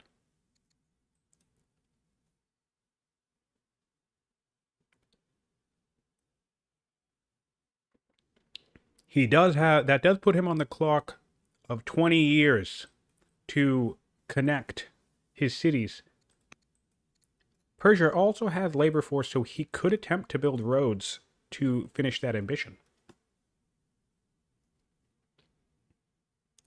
Sure. I've been asked by chat to explain what the Ishtar Gate does and one of the reasons why it's so powerful. So we're just going to take a second, hop over to the Hittites, and explain that real quick because it's a little nuanced. First things first, the Ishtar Gate, its basic stats is 4 growth a year, or sorry, 2 growth a year per culture level and 6 culture. But the main benefit of the Wonder is when it's complete, it puts 100 culture in every city that you own. So, if we hop in a city here right quick, to get from weak culture to developing culture, you need exactly 100 culture. So basically what the Ishtar Gate will do is level up your culture in every city that you have, as long as that city is either close to a level up or hasn't leveled up already. So, what are some of the advantages of that? Well, you can't rush units.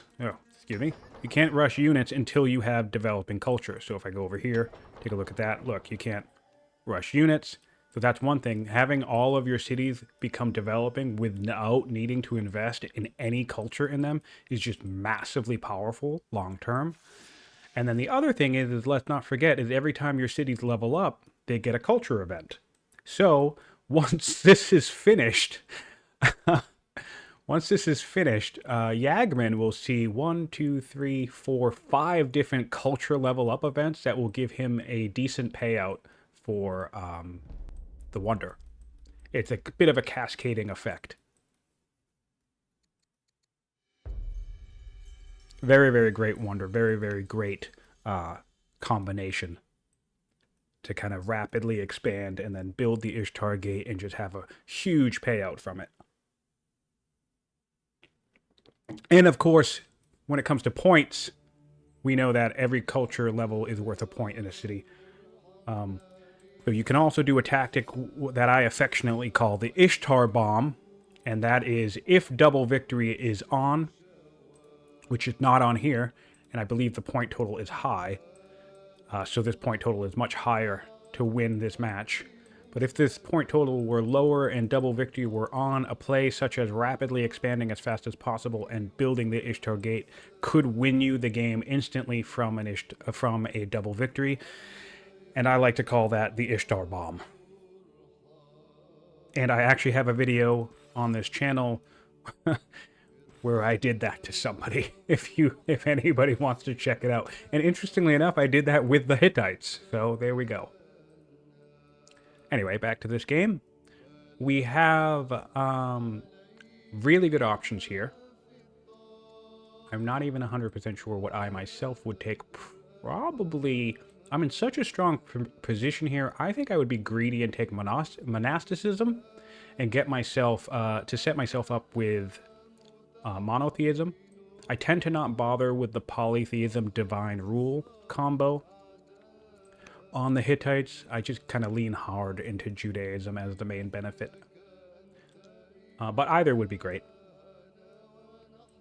Architecture would be strong long term, and I'm not really sure how I'm feeling spoked wheel in this moment now at this stage in the game.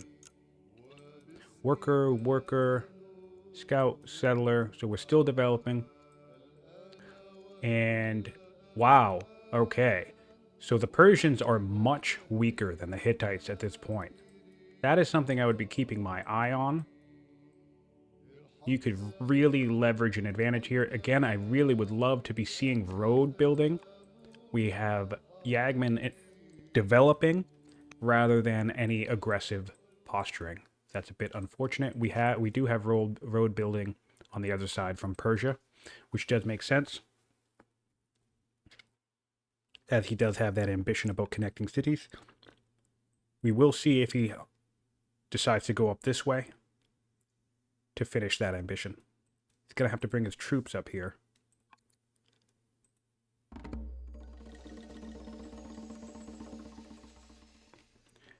He does have an ambition now, access to this to establish a mythology, which he could do. He does have a state religion already, and he's making 50 civics per turn. It's only 200 civics to establish mythology, so we could pull that off. We have garrisons. We have barracks online. Getting his barracks formations set up. Getting his military set up. Yep, another barracks here. So he has one barracks being built in every city, and the majority of his cities are military cities. He has 2 hunters and 2 riders cities. I like that setup. That's a strong setup for Persia. Puts an extra 2 training in nearly every city, which is similar to Rome's inherent boost. 5 turns on steel.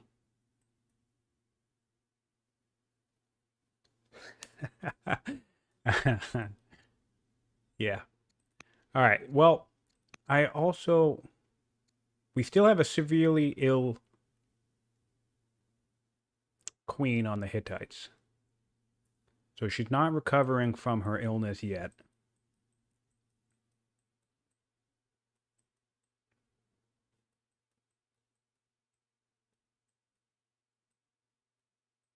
And since we never called attention to it, the Zoroastrian holy city landed in the rider's seat. It seems to be spreading quite nicely even without any manual spread. We haven't been building many disciples.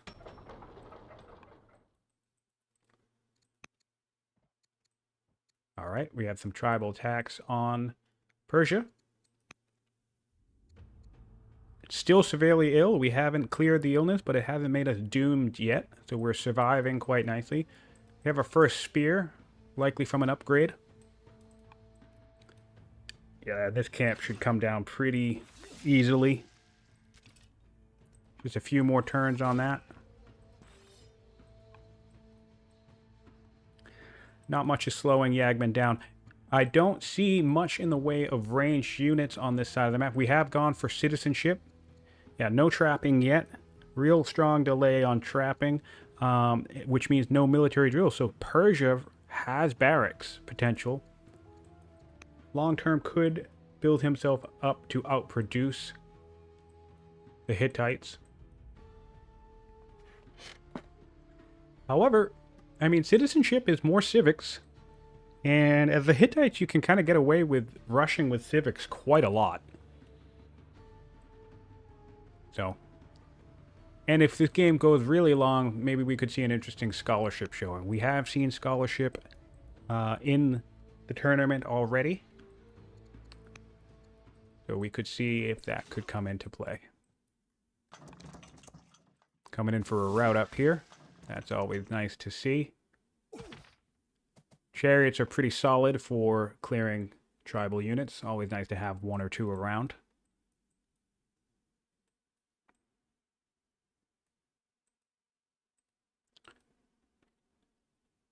Indeed, 47 training per turn on the Hittites is a lot, and a lot of that's likely coming from, the prince there, who's a zealot, so this will actually increase once he takes the throne.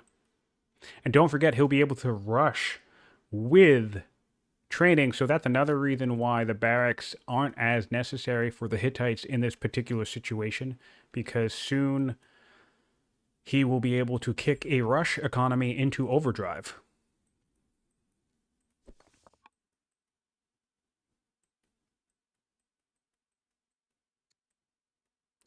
And just to double check, opinion is swimming, so he'll be able to afford the rush economy over here as he racks up some discontent levels by continuously slamming the rush button.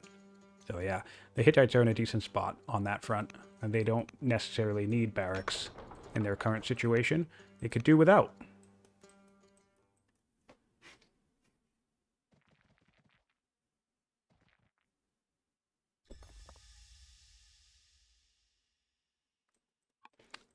Hey, welcome to the chat. Thanks for watching.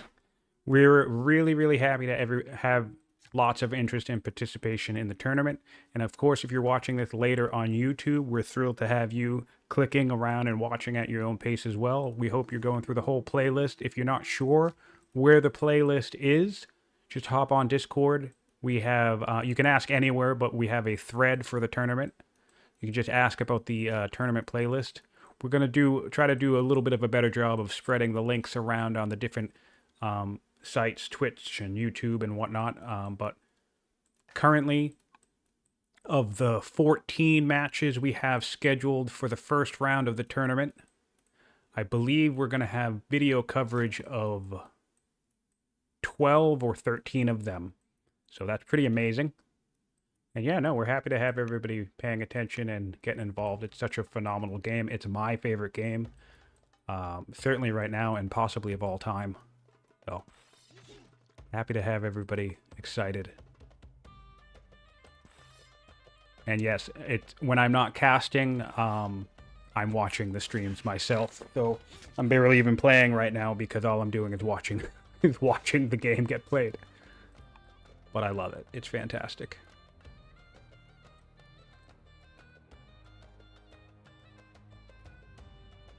More ranchers being brought online. Still severely ill, so I'm not going to wait for this lady to die. I'm going to do a stat check because it's been a while. All right, so military score, we have a massive lead. We do know that we are much stronger than Persia on the Hittites. This is just huge. We do have steel coming down the pipeline for Persia, although the Hittites don't know that. I really would have loved to see just aggressive road building, a mass upgrade to spears, and maybe just an early launch invasion. But as we discussed earlier, that can be super risky. You can spend all your orders and time on a failed attack and then just swing momentum in your opponent's direction. But they are now weaker. For a moment, they were much weaker. Science. We have had a science lead as the Hittites for a while, currently 39 to 27. A good chunk of this is coming from an intelligent builder, which, if they stay on the throne, is going to get quite a boost from the Ishtar Gate. And let's look at overall wealth. Persia is pulling ahead in overall wealth from the Hittites, surprisingly enough. Let's look at actual incomes, yeah. Hittites are ahead on food. Persia's ahead on iron. Hittites are way ahead on stone. And of course, the order advantage is on Persia, but they're only slightly ahead, which is nice for the Hittites. All right. Very cool. Legitimacy, that's another one I like to check. Hittites pulling ahead here, but a good chunk of this is from the fact that they haven't had a leader die yet, where the Persians have had 2 leaders die. That's not really Persia's fault. Military units produced. The Hittites have produced 11 units. 10 warriors. That's 10 warriors that have the ability to upgrade into spears and or axemen, compared to 1 chariot, 3 slingers, and 1 warrior on Persia. So there's just a huge lead here. Hittites have 2 laws to Marauders 1. Hittites have 8 technologies to Persia's 7. Yeah, and we have a 41-year-old reign compared to Persia's 32. So that's just a huge benefit to have that warlike, intelligent builder on the throne for an extra, 10 or so years. And we do have 1 wonder coming down the pipeline for the Hittites. Take a head back to Persia, see what's going on over here.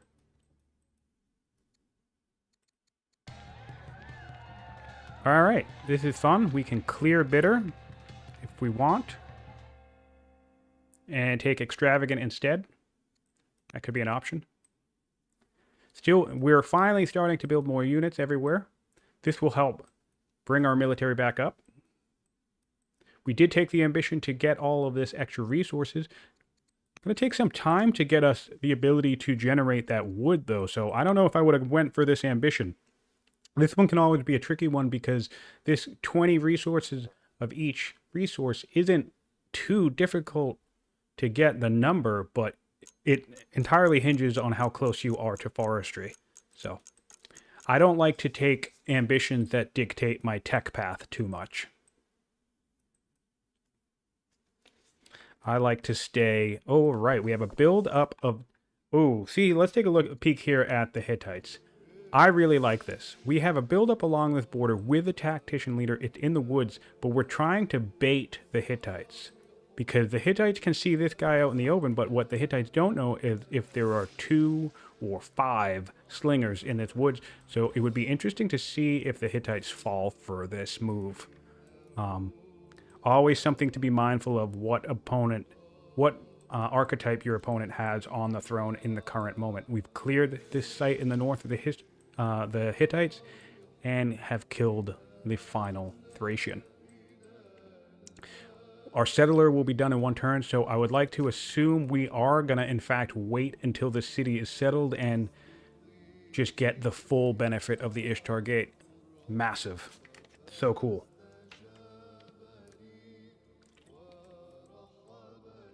Really, really cool.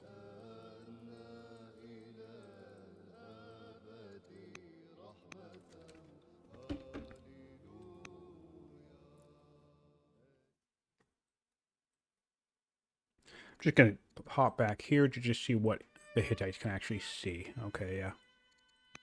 Compared to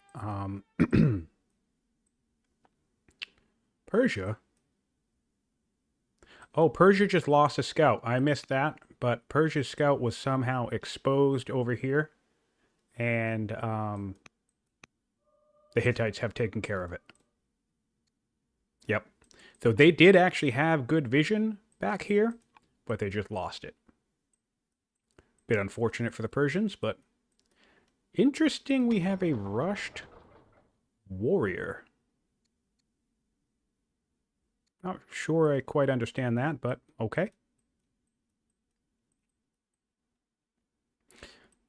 And also interesting that Marauder can see that the Hittites are stronger, but yet we still have this aggressive posturing from Marauder, so definitely seems like a bold player, willing to take risks, which can pay off, depending on how the match plays out.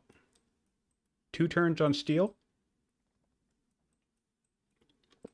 And now we have a Hittite... Oh, sorry, we have a chariot. I play the Hittite so much, I instinctively call the chariot a Hittite. We have a chariot on the back line. And a second one in tow. Yep, so he's definitely posturing up a bait, I think. I would be surprised if he attacks into the Hittites while the Hittites remain stronger than him. But this could be him trying to just... I don't know. I suppose this would be an IQ check, I guess, between Marauder and Yagman. I do not know if these players have ever faced each other. But yeah, it could be Marauder trying to figure out just how foolish Yagman might be, because I must tell you, I would not fall for this. But I mean, it would be fun to see. We do have an upgraded spear down here, so Marauder will be aware of the fact that spears are now on the table in case he wasn't already. Which is always, it just feels extra depressing. It's like more depressing than having spears and seeing axes. I feel like if I built chariots, if I went to Spoked Wheel and actually took the time to build chariots, and I start seeing spears, I just get so depressed. And that could just be my inner Hittite talking, but it's just really depressing.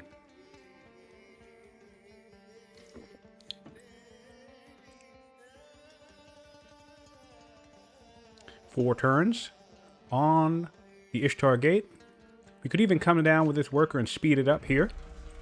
And then we'll get this settled next turn. If we speed it up with this worker, it will be done in 2 turns. So we'll probably want to do that. And we're also speeding up quarries, which I like. You know, take every advantage you can get as a builder. A builder start is just such a strong development strategy. The only risk here is if somebody kills you before you get your economy up. It's a powerful archetype, but on a small arena like this, it's a vulnerable archetype. Wow, we could actually do the produce 1,000 food here. We're making a decent amount of food.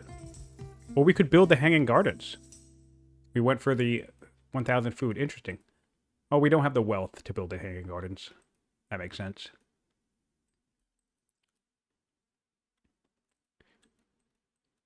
Should just be a few more minutes, 10, 15 minutes or so, before we can see the payoff of the Ishtar Gate. So if you're hanging around, make sure to stick around for that. I'm looking forward to going over the events to kind of demonstrate the power of bombing your empire with it. Lots of military buildup now, which also makes sense because we're building lots of warriors in the hope we have plenty of money, in the hope that I think we're going to upgrade them to axes. We are staging. I'm curious if we're staging for a push or not, but still. Oh, we've chosen to... Okay, so we've chosen to hide the slinger in the woods, but we do have a warrior who's unhidden, who could attempt the same baiting situation with the warrior. More chariots coming up in the back. Just because your opponent builds spears doesn't mean you need to stop building chariots entirely. You can always find an opportunity to make a decent route chain somewhere, I'm sure.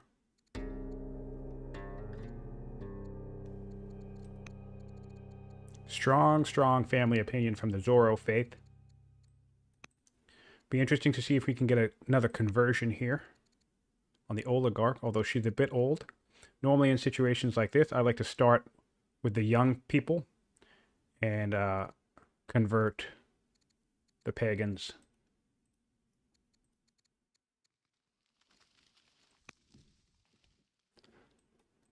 Things seem to be evening out for Persia, but there's going to be a little bit of more momentum. They both have 6 cities now, but the Hittites are about to get their 7th.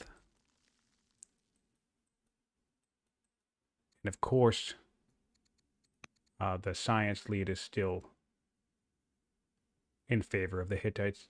The Hittites have a 20-point science lead.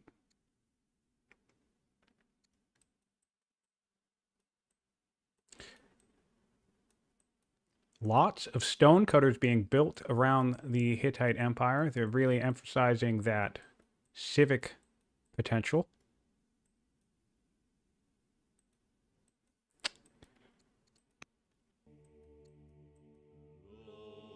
Let's see if they opted to adopt a state religion yet. They haven't. So they still have the ability to gain some more influence from adopting a state religion. That's pretty solid. They have the civics to do it. They just, perhaps they're not decided on which one they want to adopt. They are getting citizenship, so it's possible that they'll go for divine rule for the orders.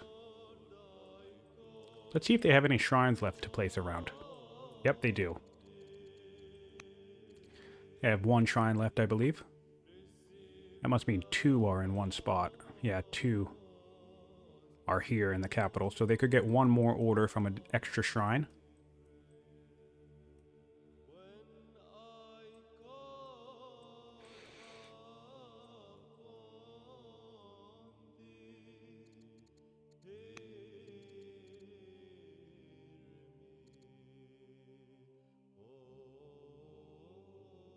Plenty of decent courtiers and characters to use. Let's see their general layout. Couple of strong generals. Not a lot, though.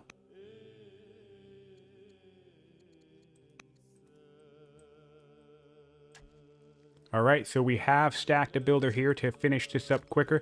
If he had a worker in range, 1 more worker here would finish that in 1 turn. I'd like to see this worker hop up in here to cover that and just get it out of the way right now.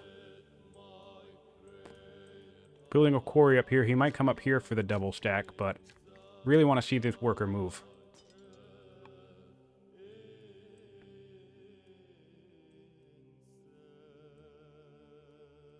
Oh, we are going super far away. Oh, that was a scout. I thought that was a worker. Great. Cool. So, yep, establishing vision up in this pass is certainly going to be advantageous to the Hittites. They're definitely doing a good job of keeping that in mind. And that's all of our orders, so we're not opting to finish the Ishtar Gate right now. Plenty of training income, massive amount of training income for the Hittites. And back to Persia. Persia's going for the training boost. What are our options? Our options are composite bow, or phalanx, or portcullis. I might want to see a composite bow grab here. We do have sentinel. We have built slingers. Upgrading to archers before we do whatever we're thinking over here would be a good idea. And then, of course, there's always the ever-powerful free ballista on composite bow, which would be super useful for spears. But, of course, we now have our axes coming online. We can get a dog. We can become shield bearer. All right, we got our scout into position in the middle of the Hittite lands. This really is a great spot. Gets you a sense of what's happening behind the front lines. Really good scouting potential here. Solid move on Marauder's part. Humble, timid, or inspiring. Our heir. We have an heir education opportunity for the heir now. All right, making some staging moves against our opponent. Very aggressive staging here. Interesting choice. These spears can kill a chariot. I think this is definitely bait now. We'll see if Yagman goes for it. Another barracks. Love to see it. Building roads.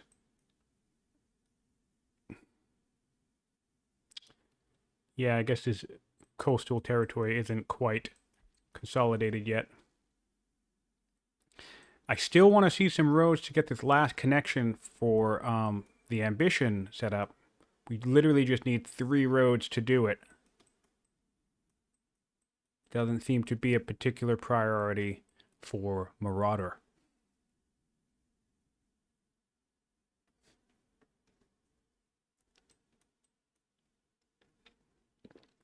Definitely tense situation building up along this border.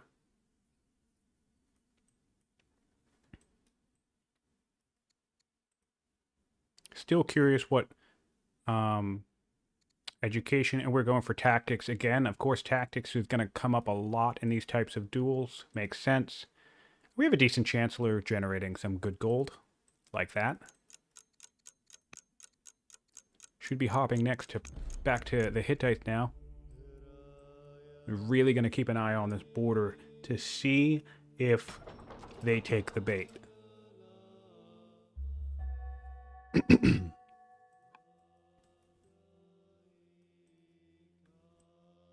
One more turn on the Ishtar Gate.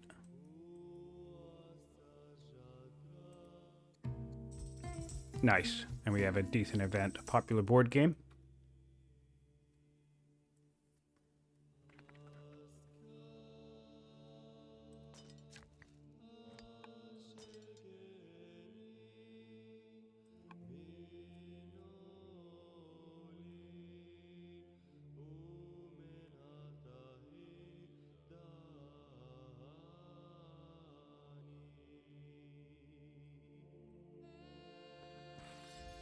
All right, some movement up in the north, some scouting up in the north. Now, the Hittites are aware that this site is not cleared, and the Hittites are also aware, Yagman's aware that there's not a lot of troop presence in here, so it could be very interesting to see if Yagman just kind of shrugs off this buildup. Again, keep in mind that he cannot see these slingers. All he can see is one chariot.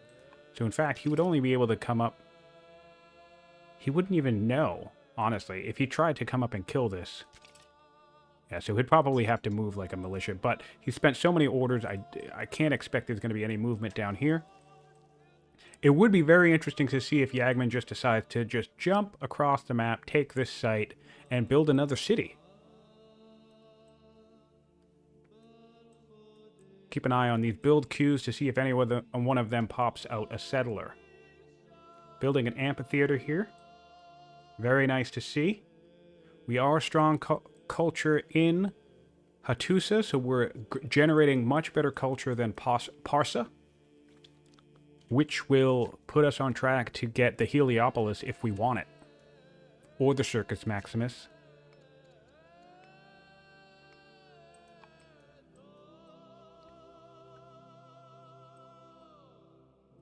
Apprentice Acolyte, so we're going to go for some building up of science. Minor, more science, more training. What will happen over here, I wonder.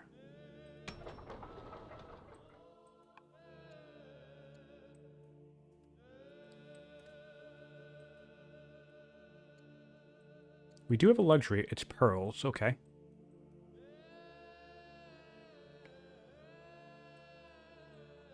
He hasn't made yet a decision on that build queue. I'm sure we'll come back and be able to check later.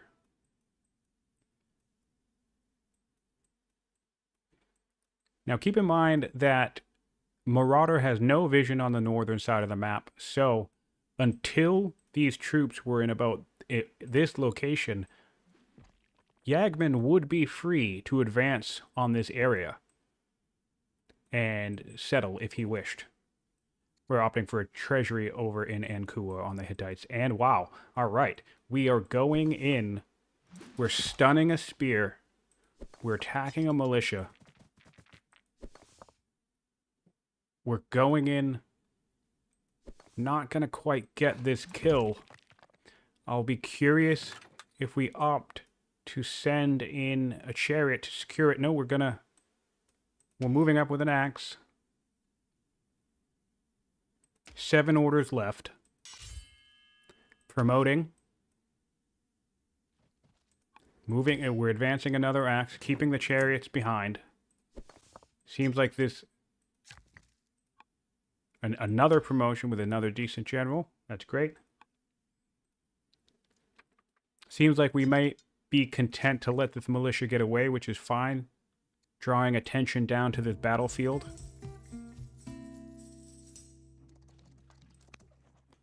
Moving up with the chariots in range. So, alright, we are not waiting.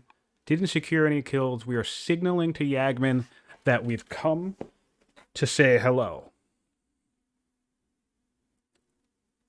22 orders for Persia compared to 17 to the Hittites.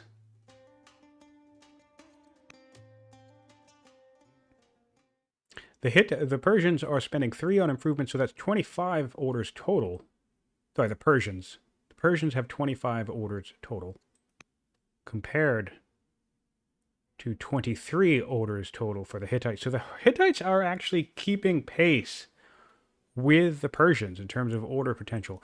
Obviously, an attack down here would deter Yagman from advancing to clear that site. Oh, and what we...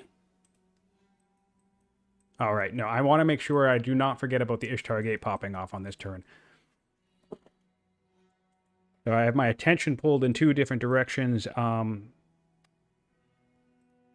They're really... Oh, man, I'd be curious what he's going to do with this spear, but I'm also going to want to call attention to the events.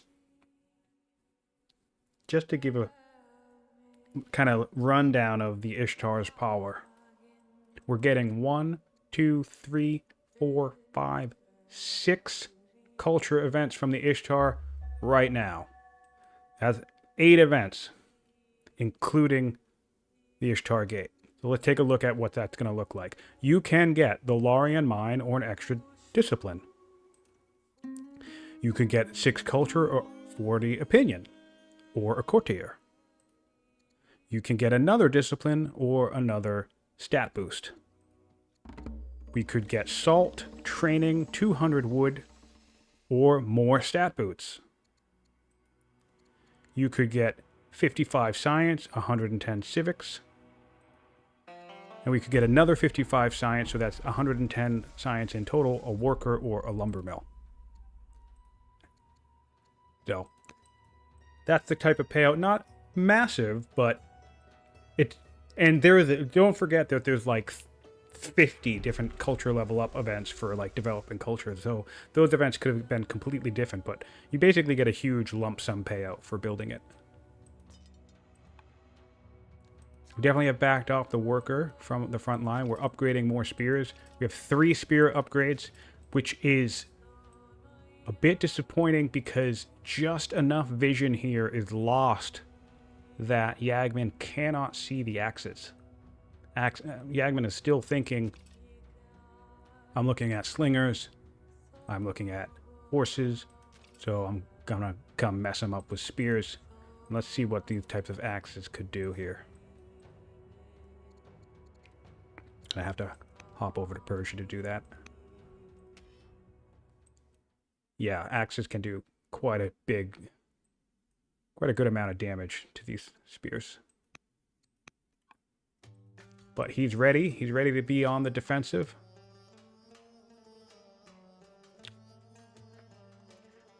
Decent timing, right around 50 turns.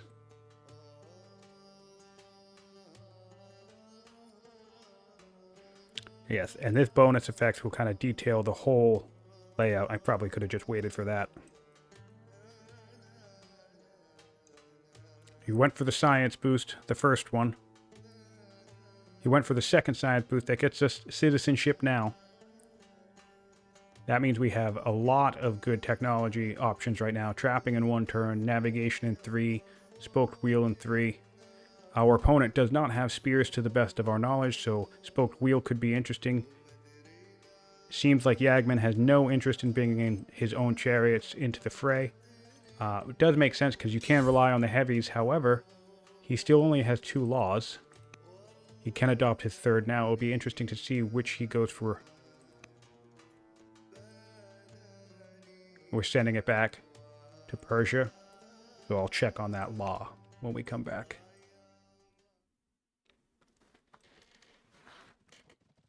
Moving up, still advancing. Interestingly enough, Yagman was content to lose his militia.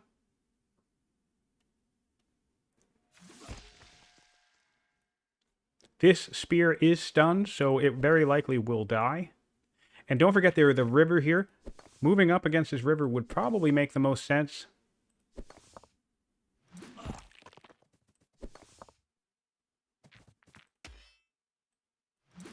Still stunning. Yeah. Yeah, if you move these slingers to the river, they wouldn't be able to do that much damage. And then you fill this whole area so your opponent can't use naval movement. And I would even bring this tactician right here and just stun here, because then the only way to access this unit would be from this tile right here, and it'd be across the river. We don't see any amphibious promotions, and he does have a view of what the Hittites have in the region and can see that there are currently no ranged units. So I think this is a bit of a tactical misplay here. I think we should have moved up directly to the river. He might not see the river. Sometimes the build queues, the build icon can obstruct these rivers, as we can see here. But yeah, I would have been all up in Kadesh's business. But we do have the Battle of Kadesh. Always exciting.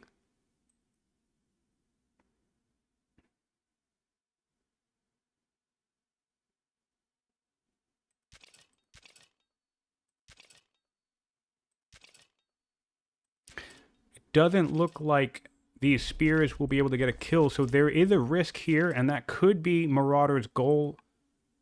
If I have any accurate read on what he's attempting to do, and of course I can't say for sure, but if he is the type of player looking to make moves that bait his opponent, he could be hoping that these spears do cross the river, in which case he'll just back up his slingers and come in with the axes. I could see that making sense. And of course, we have more warriors still being built in the back line. And we're back to the Hittites.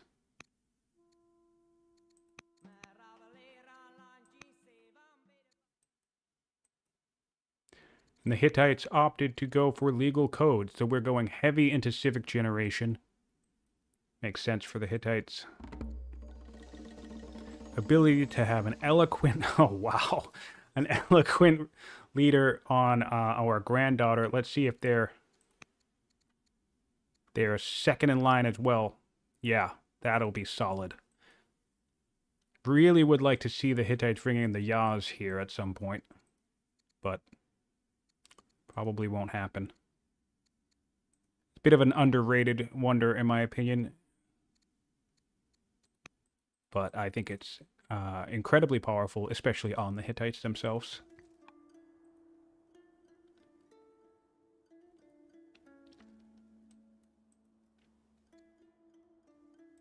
Take a look at this power score, see how we're doing in power. Persia is rising. Hittites do have an advantage, but they have spears against axes and slingers. Looks like would be interesting to see if the Hittites attempt some type of flanking, but they don't really have an option here because of the lake, but interesting posturing from the militia. He could just be looking to clear his vision, but what I find interesting about this is that he doesn't know if there are more slingers in these woods, and if Persia could be doing or attempting some type of two-pronged attack. Does seem like Yagman's not taking any bait to cross the river, though, which is a good sign.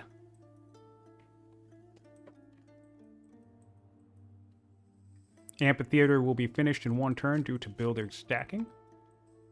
It's nice to see.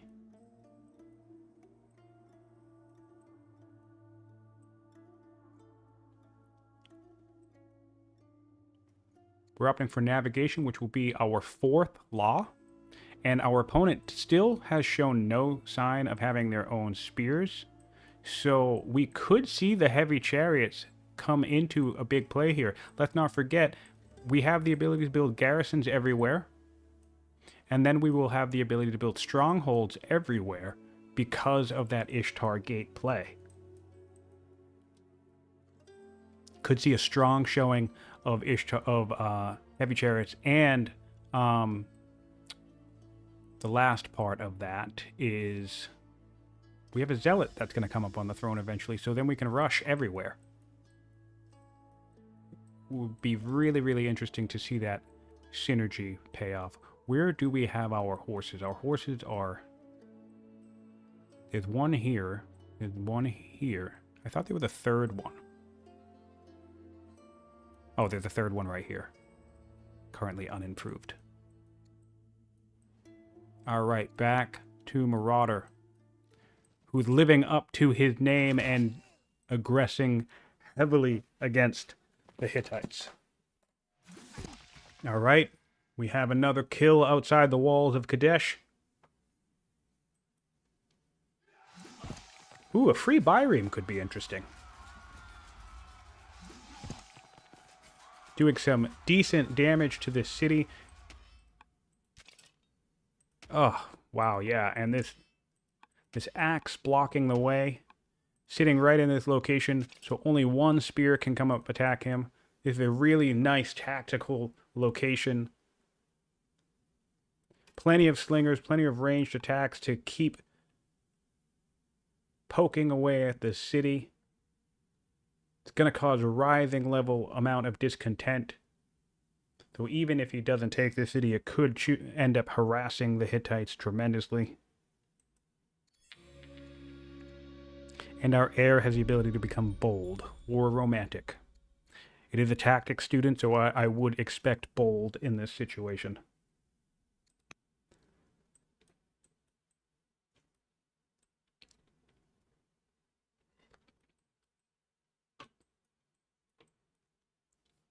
All right, I'm going to keep my eyes on this action right here, and I'm just going to fill up my drink one more time.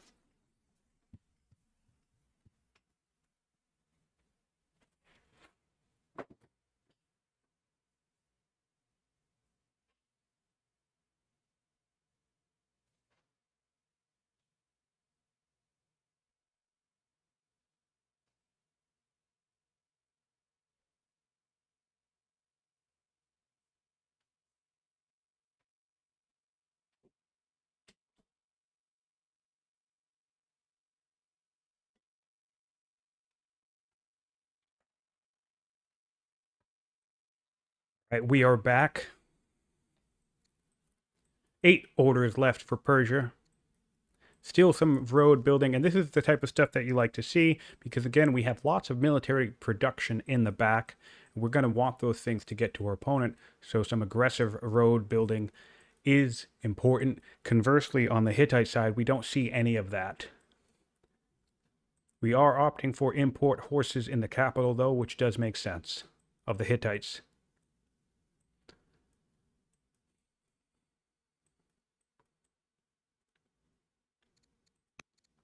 Persia's looking at grabbing drama. What are the other options there? Interesting. Drama over the Byreme or navigation I find to be an interesting choice. The only reason why I think the Byreme could be interesting in this map is a free Byreme or navigation, really, because that would allow you to build the Byremes, right? A Byreme coming up in this situation could provide devastating flanking potential as your opponent comes to reinforce and defend a city. If there were a Byreme in this bay, you could come right around with chariots or slingers and do some real damage and just kind of really make it impossible for your opponent to tactically respond to the situation. So drama I find to be a fascinating choice, a little bit of a disappointing choice, but I'm sure Marauder has plans.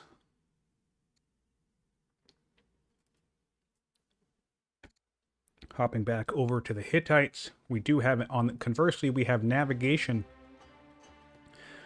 on their side, and we do have the civics to rush a ship. So this is a situation where the exact opposite could happen. Currently, this axe is preventing these spears. Oh, actually, not really. These spears just opened up a path. This axe, I wonder if they were blocking them initially because of this. So, all right. There is an interesting opportunity here, tactically. I'm not sure that it would be the correct move to try and advance on this, but it's still interesting to see. But anyway, a ship could also open up this potential here. A ship in this bay could do the same thing for the Hittites, where they could continue to loop around and flank and zone of control lock their opponent.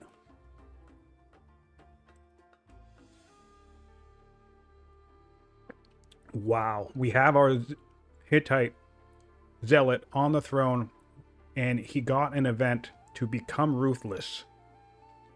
So this is a 9 courage zealot, 37 attack as a general.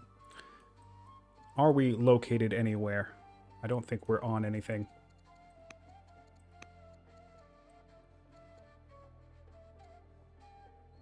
Not yet. Interestingly, I love this play from Yagman, immediately going to influencing.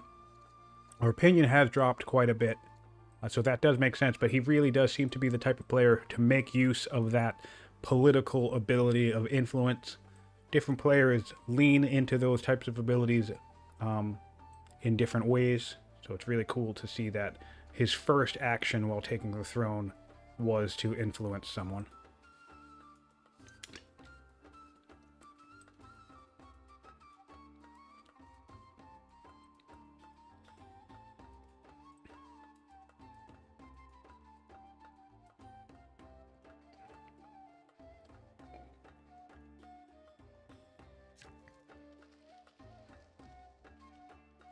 All right.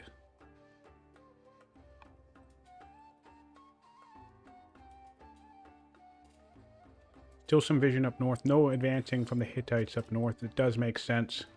They have a lot of pressure in the south. I understand why they wouldn't want to continue to expand right now.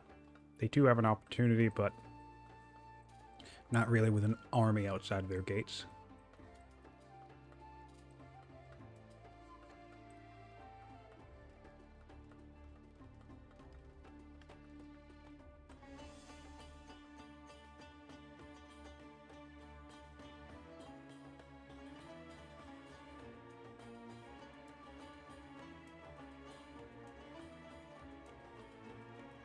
Alright, I'm just checking something. Forgive me for a second.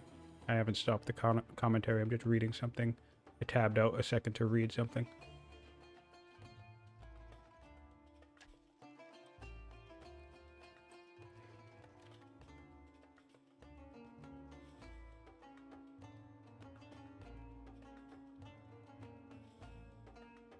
All right. Yep. I'm just hosting another stream, and I wanted to make sure that I have enough time between both games. Sorry about that. When we have attacks on Kadesh doing some serious damage to the city. Not much response Yagman can really have to this situation, I don't think. I do think, however, that Marauder must not be fully aware of Yagman's potential to flank here, even though he has the vision. Let's hop back onto Persia's perspective. So he does have the vision, but I wonder if he... Because I might be more concerned about this. I might put the axe in this location to prevent this crossing.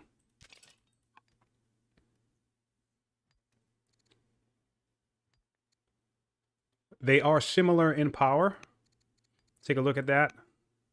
The Hittites have dropped down just a little bit. And in terms of units produced, 11 for the Hittites, 9 for Persia. So Persia has caught up, and their military output potential is higher, not accounting for Hittites' ability to rush.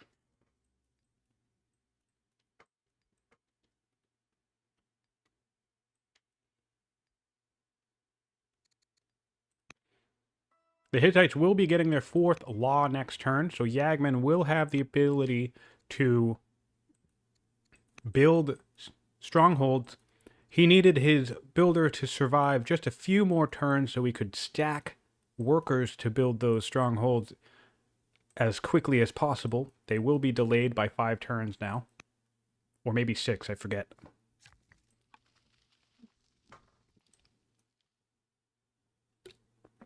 But yeah, with the army composition that Marauder has currently, heavy chariots would be pretty devastating. I just don't think Yagman has the time to protect Kadesh. He can definitely buy some time to respond as Marauder pushes in further, for sure.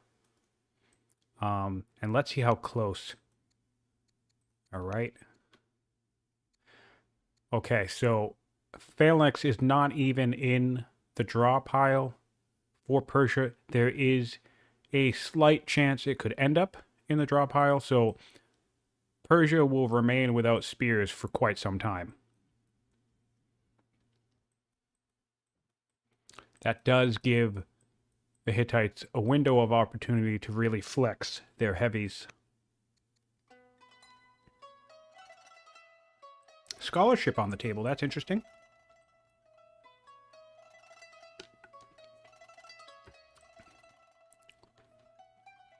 Would probably like to see something like architecture or monasticism here. Probably monasticism.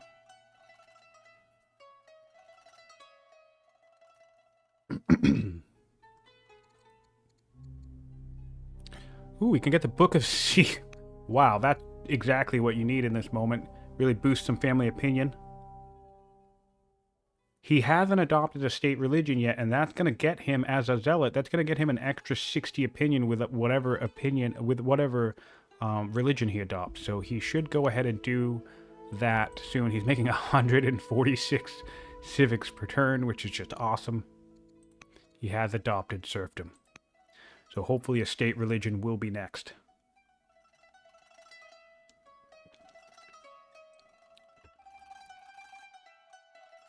Things are not over yet. Yagman can hang on. Excuse me.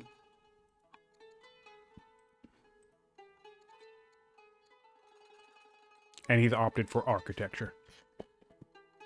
Not a bad play. He could get engineering and really start cranking out some more wonders.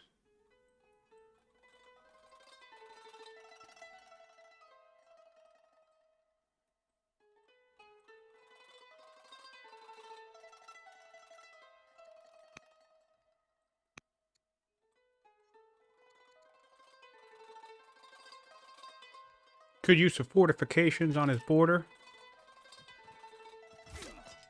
Interesting use of the militia. I suspect he's trying to get Marauder to waste attacks. He would need at least... We'd need at least 3 attacks to kill this militia, so that is a viable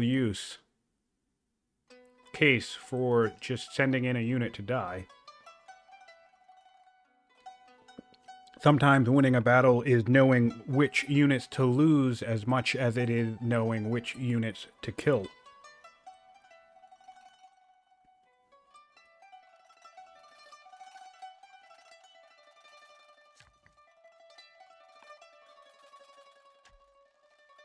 Meanwhile, he's still spending time to improve units, which is just great. And we have a stronghold in the capital now, so in 5 turns, we will have our heavy chariots coming down the pipeline. 38-year-old zealot with the ability to rush. We are making 167 training per turn, a stockpile of 1,700, so we will be able to rush quite a few heavy chariots and get them to the front lines. Would like to see this landowner spending some money to fully connect this border. I feel like this is a big missed opportunity for Yagman here, because any military units from the capital could just zoom all the way here. I fully believe that the heavy chariot would just bridge this distance with no issue. And that could be a devastating thing for Marauder to be able to predict. It does look like Marauder has exposed another scout of his, though. I don't think Yagman has picked up on it, though.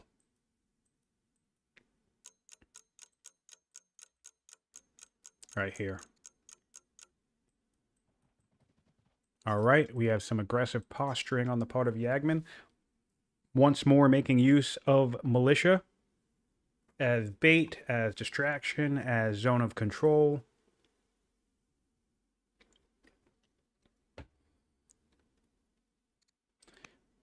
Militia can become quite handy for things like that, because it still takes most things 2 to 3 orders to kill.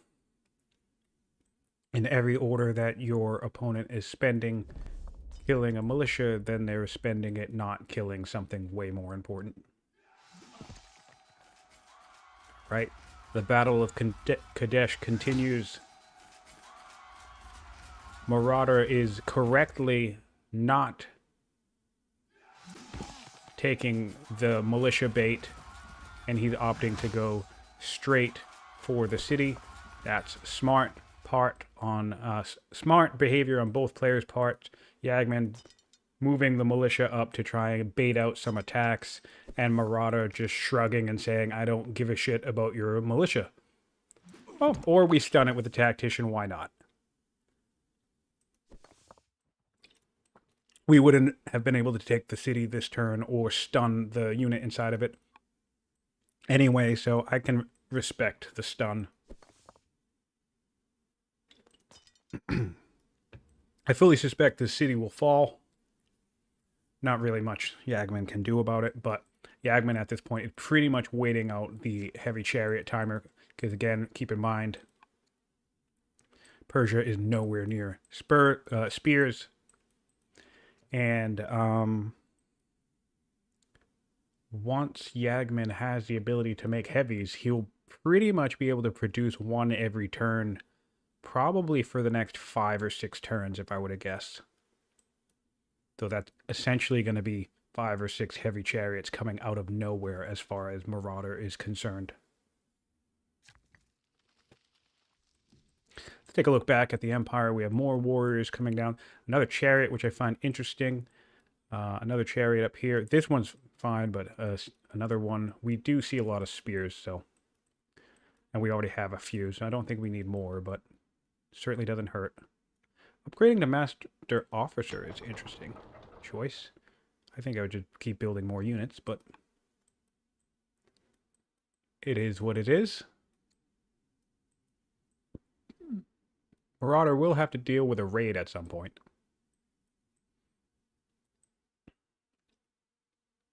Oh, and he did finally connect that road, so that's great. I think he just got that this turn. Looks like it. Good. So we didn't miss that opportunity.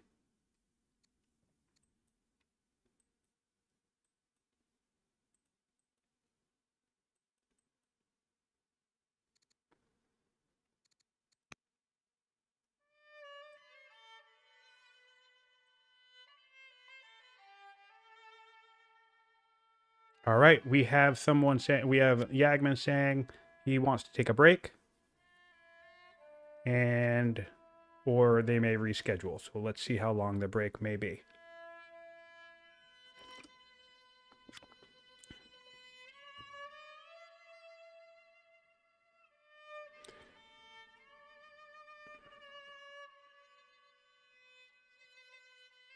"45 minutes. All right. I would definitely stop the stream here and probably come back with a part 2.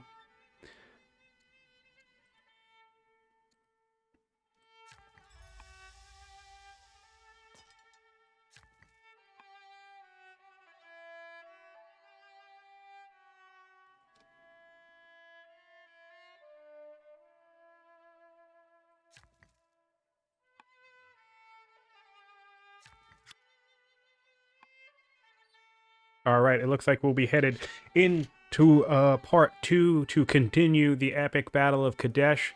Strong showing from both players so far.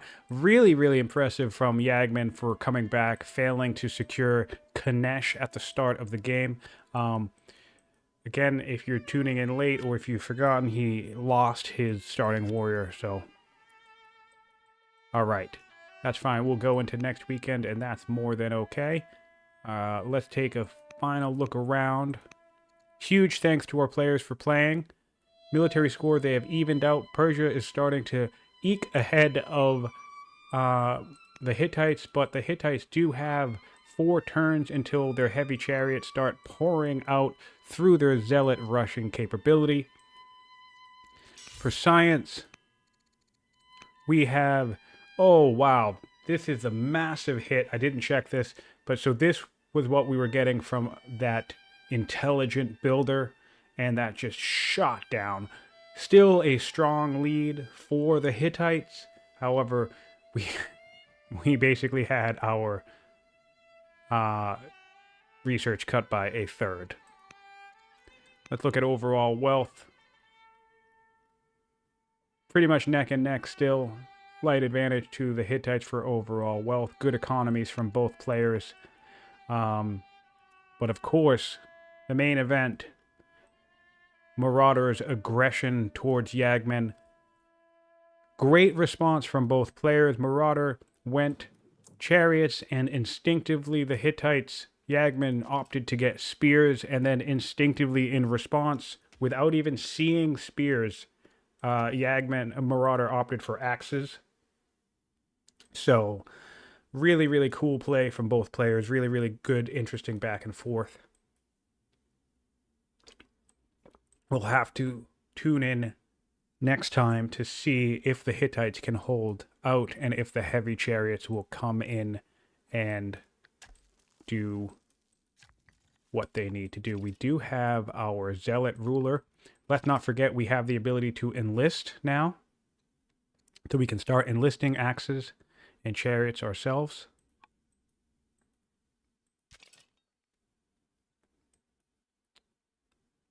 Not sure how I feel about it being on a spear, but, well, we don't have any heavies yet, so why not?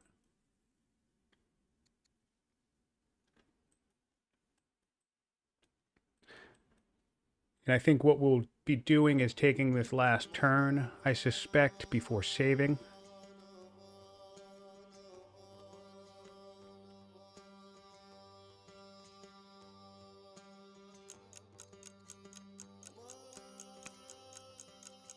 And the players will call it quits.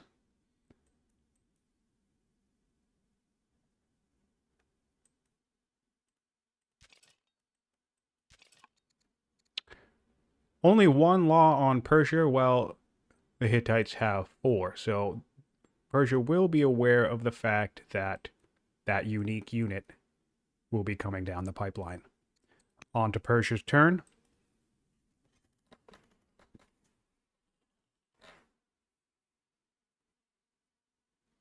And we are pausing here. I'm not 100% sure on whose turn the game will be ending on.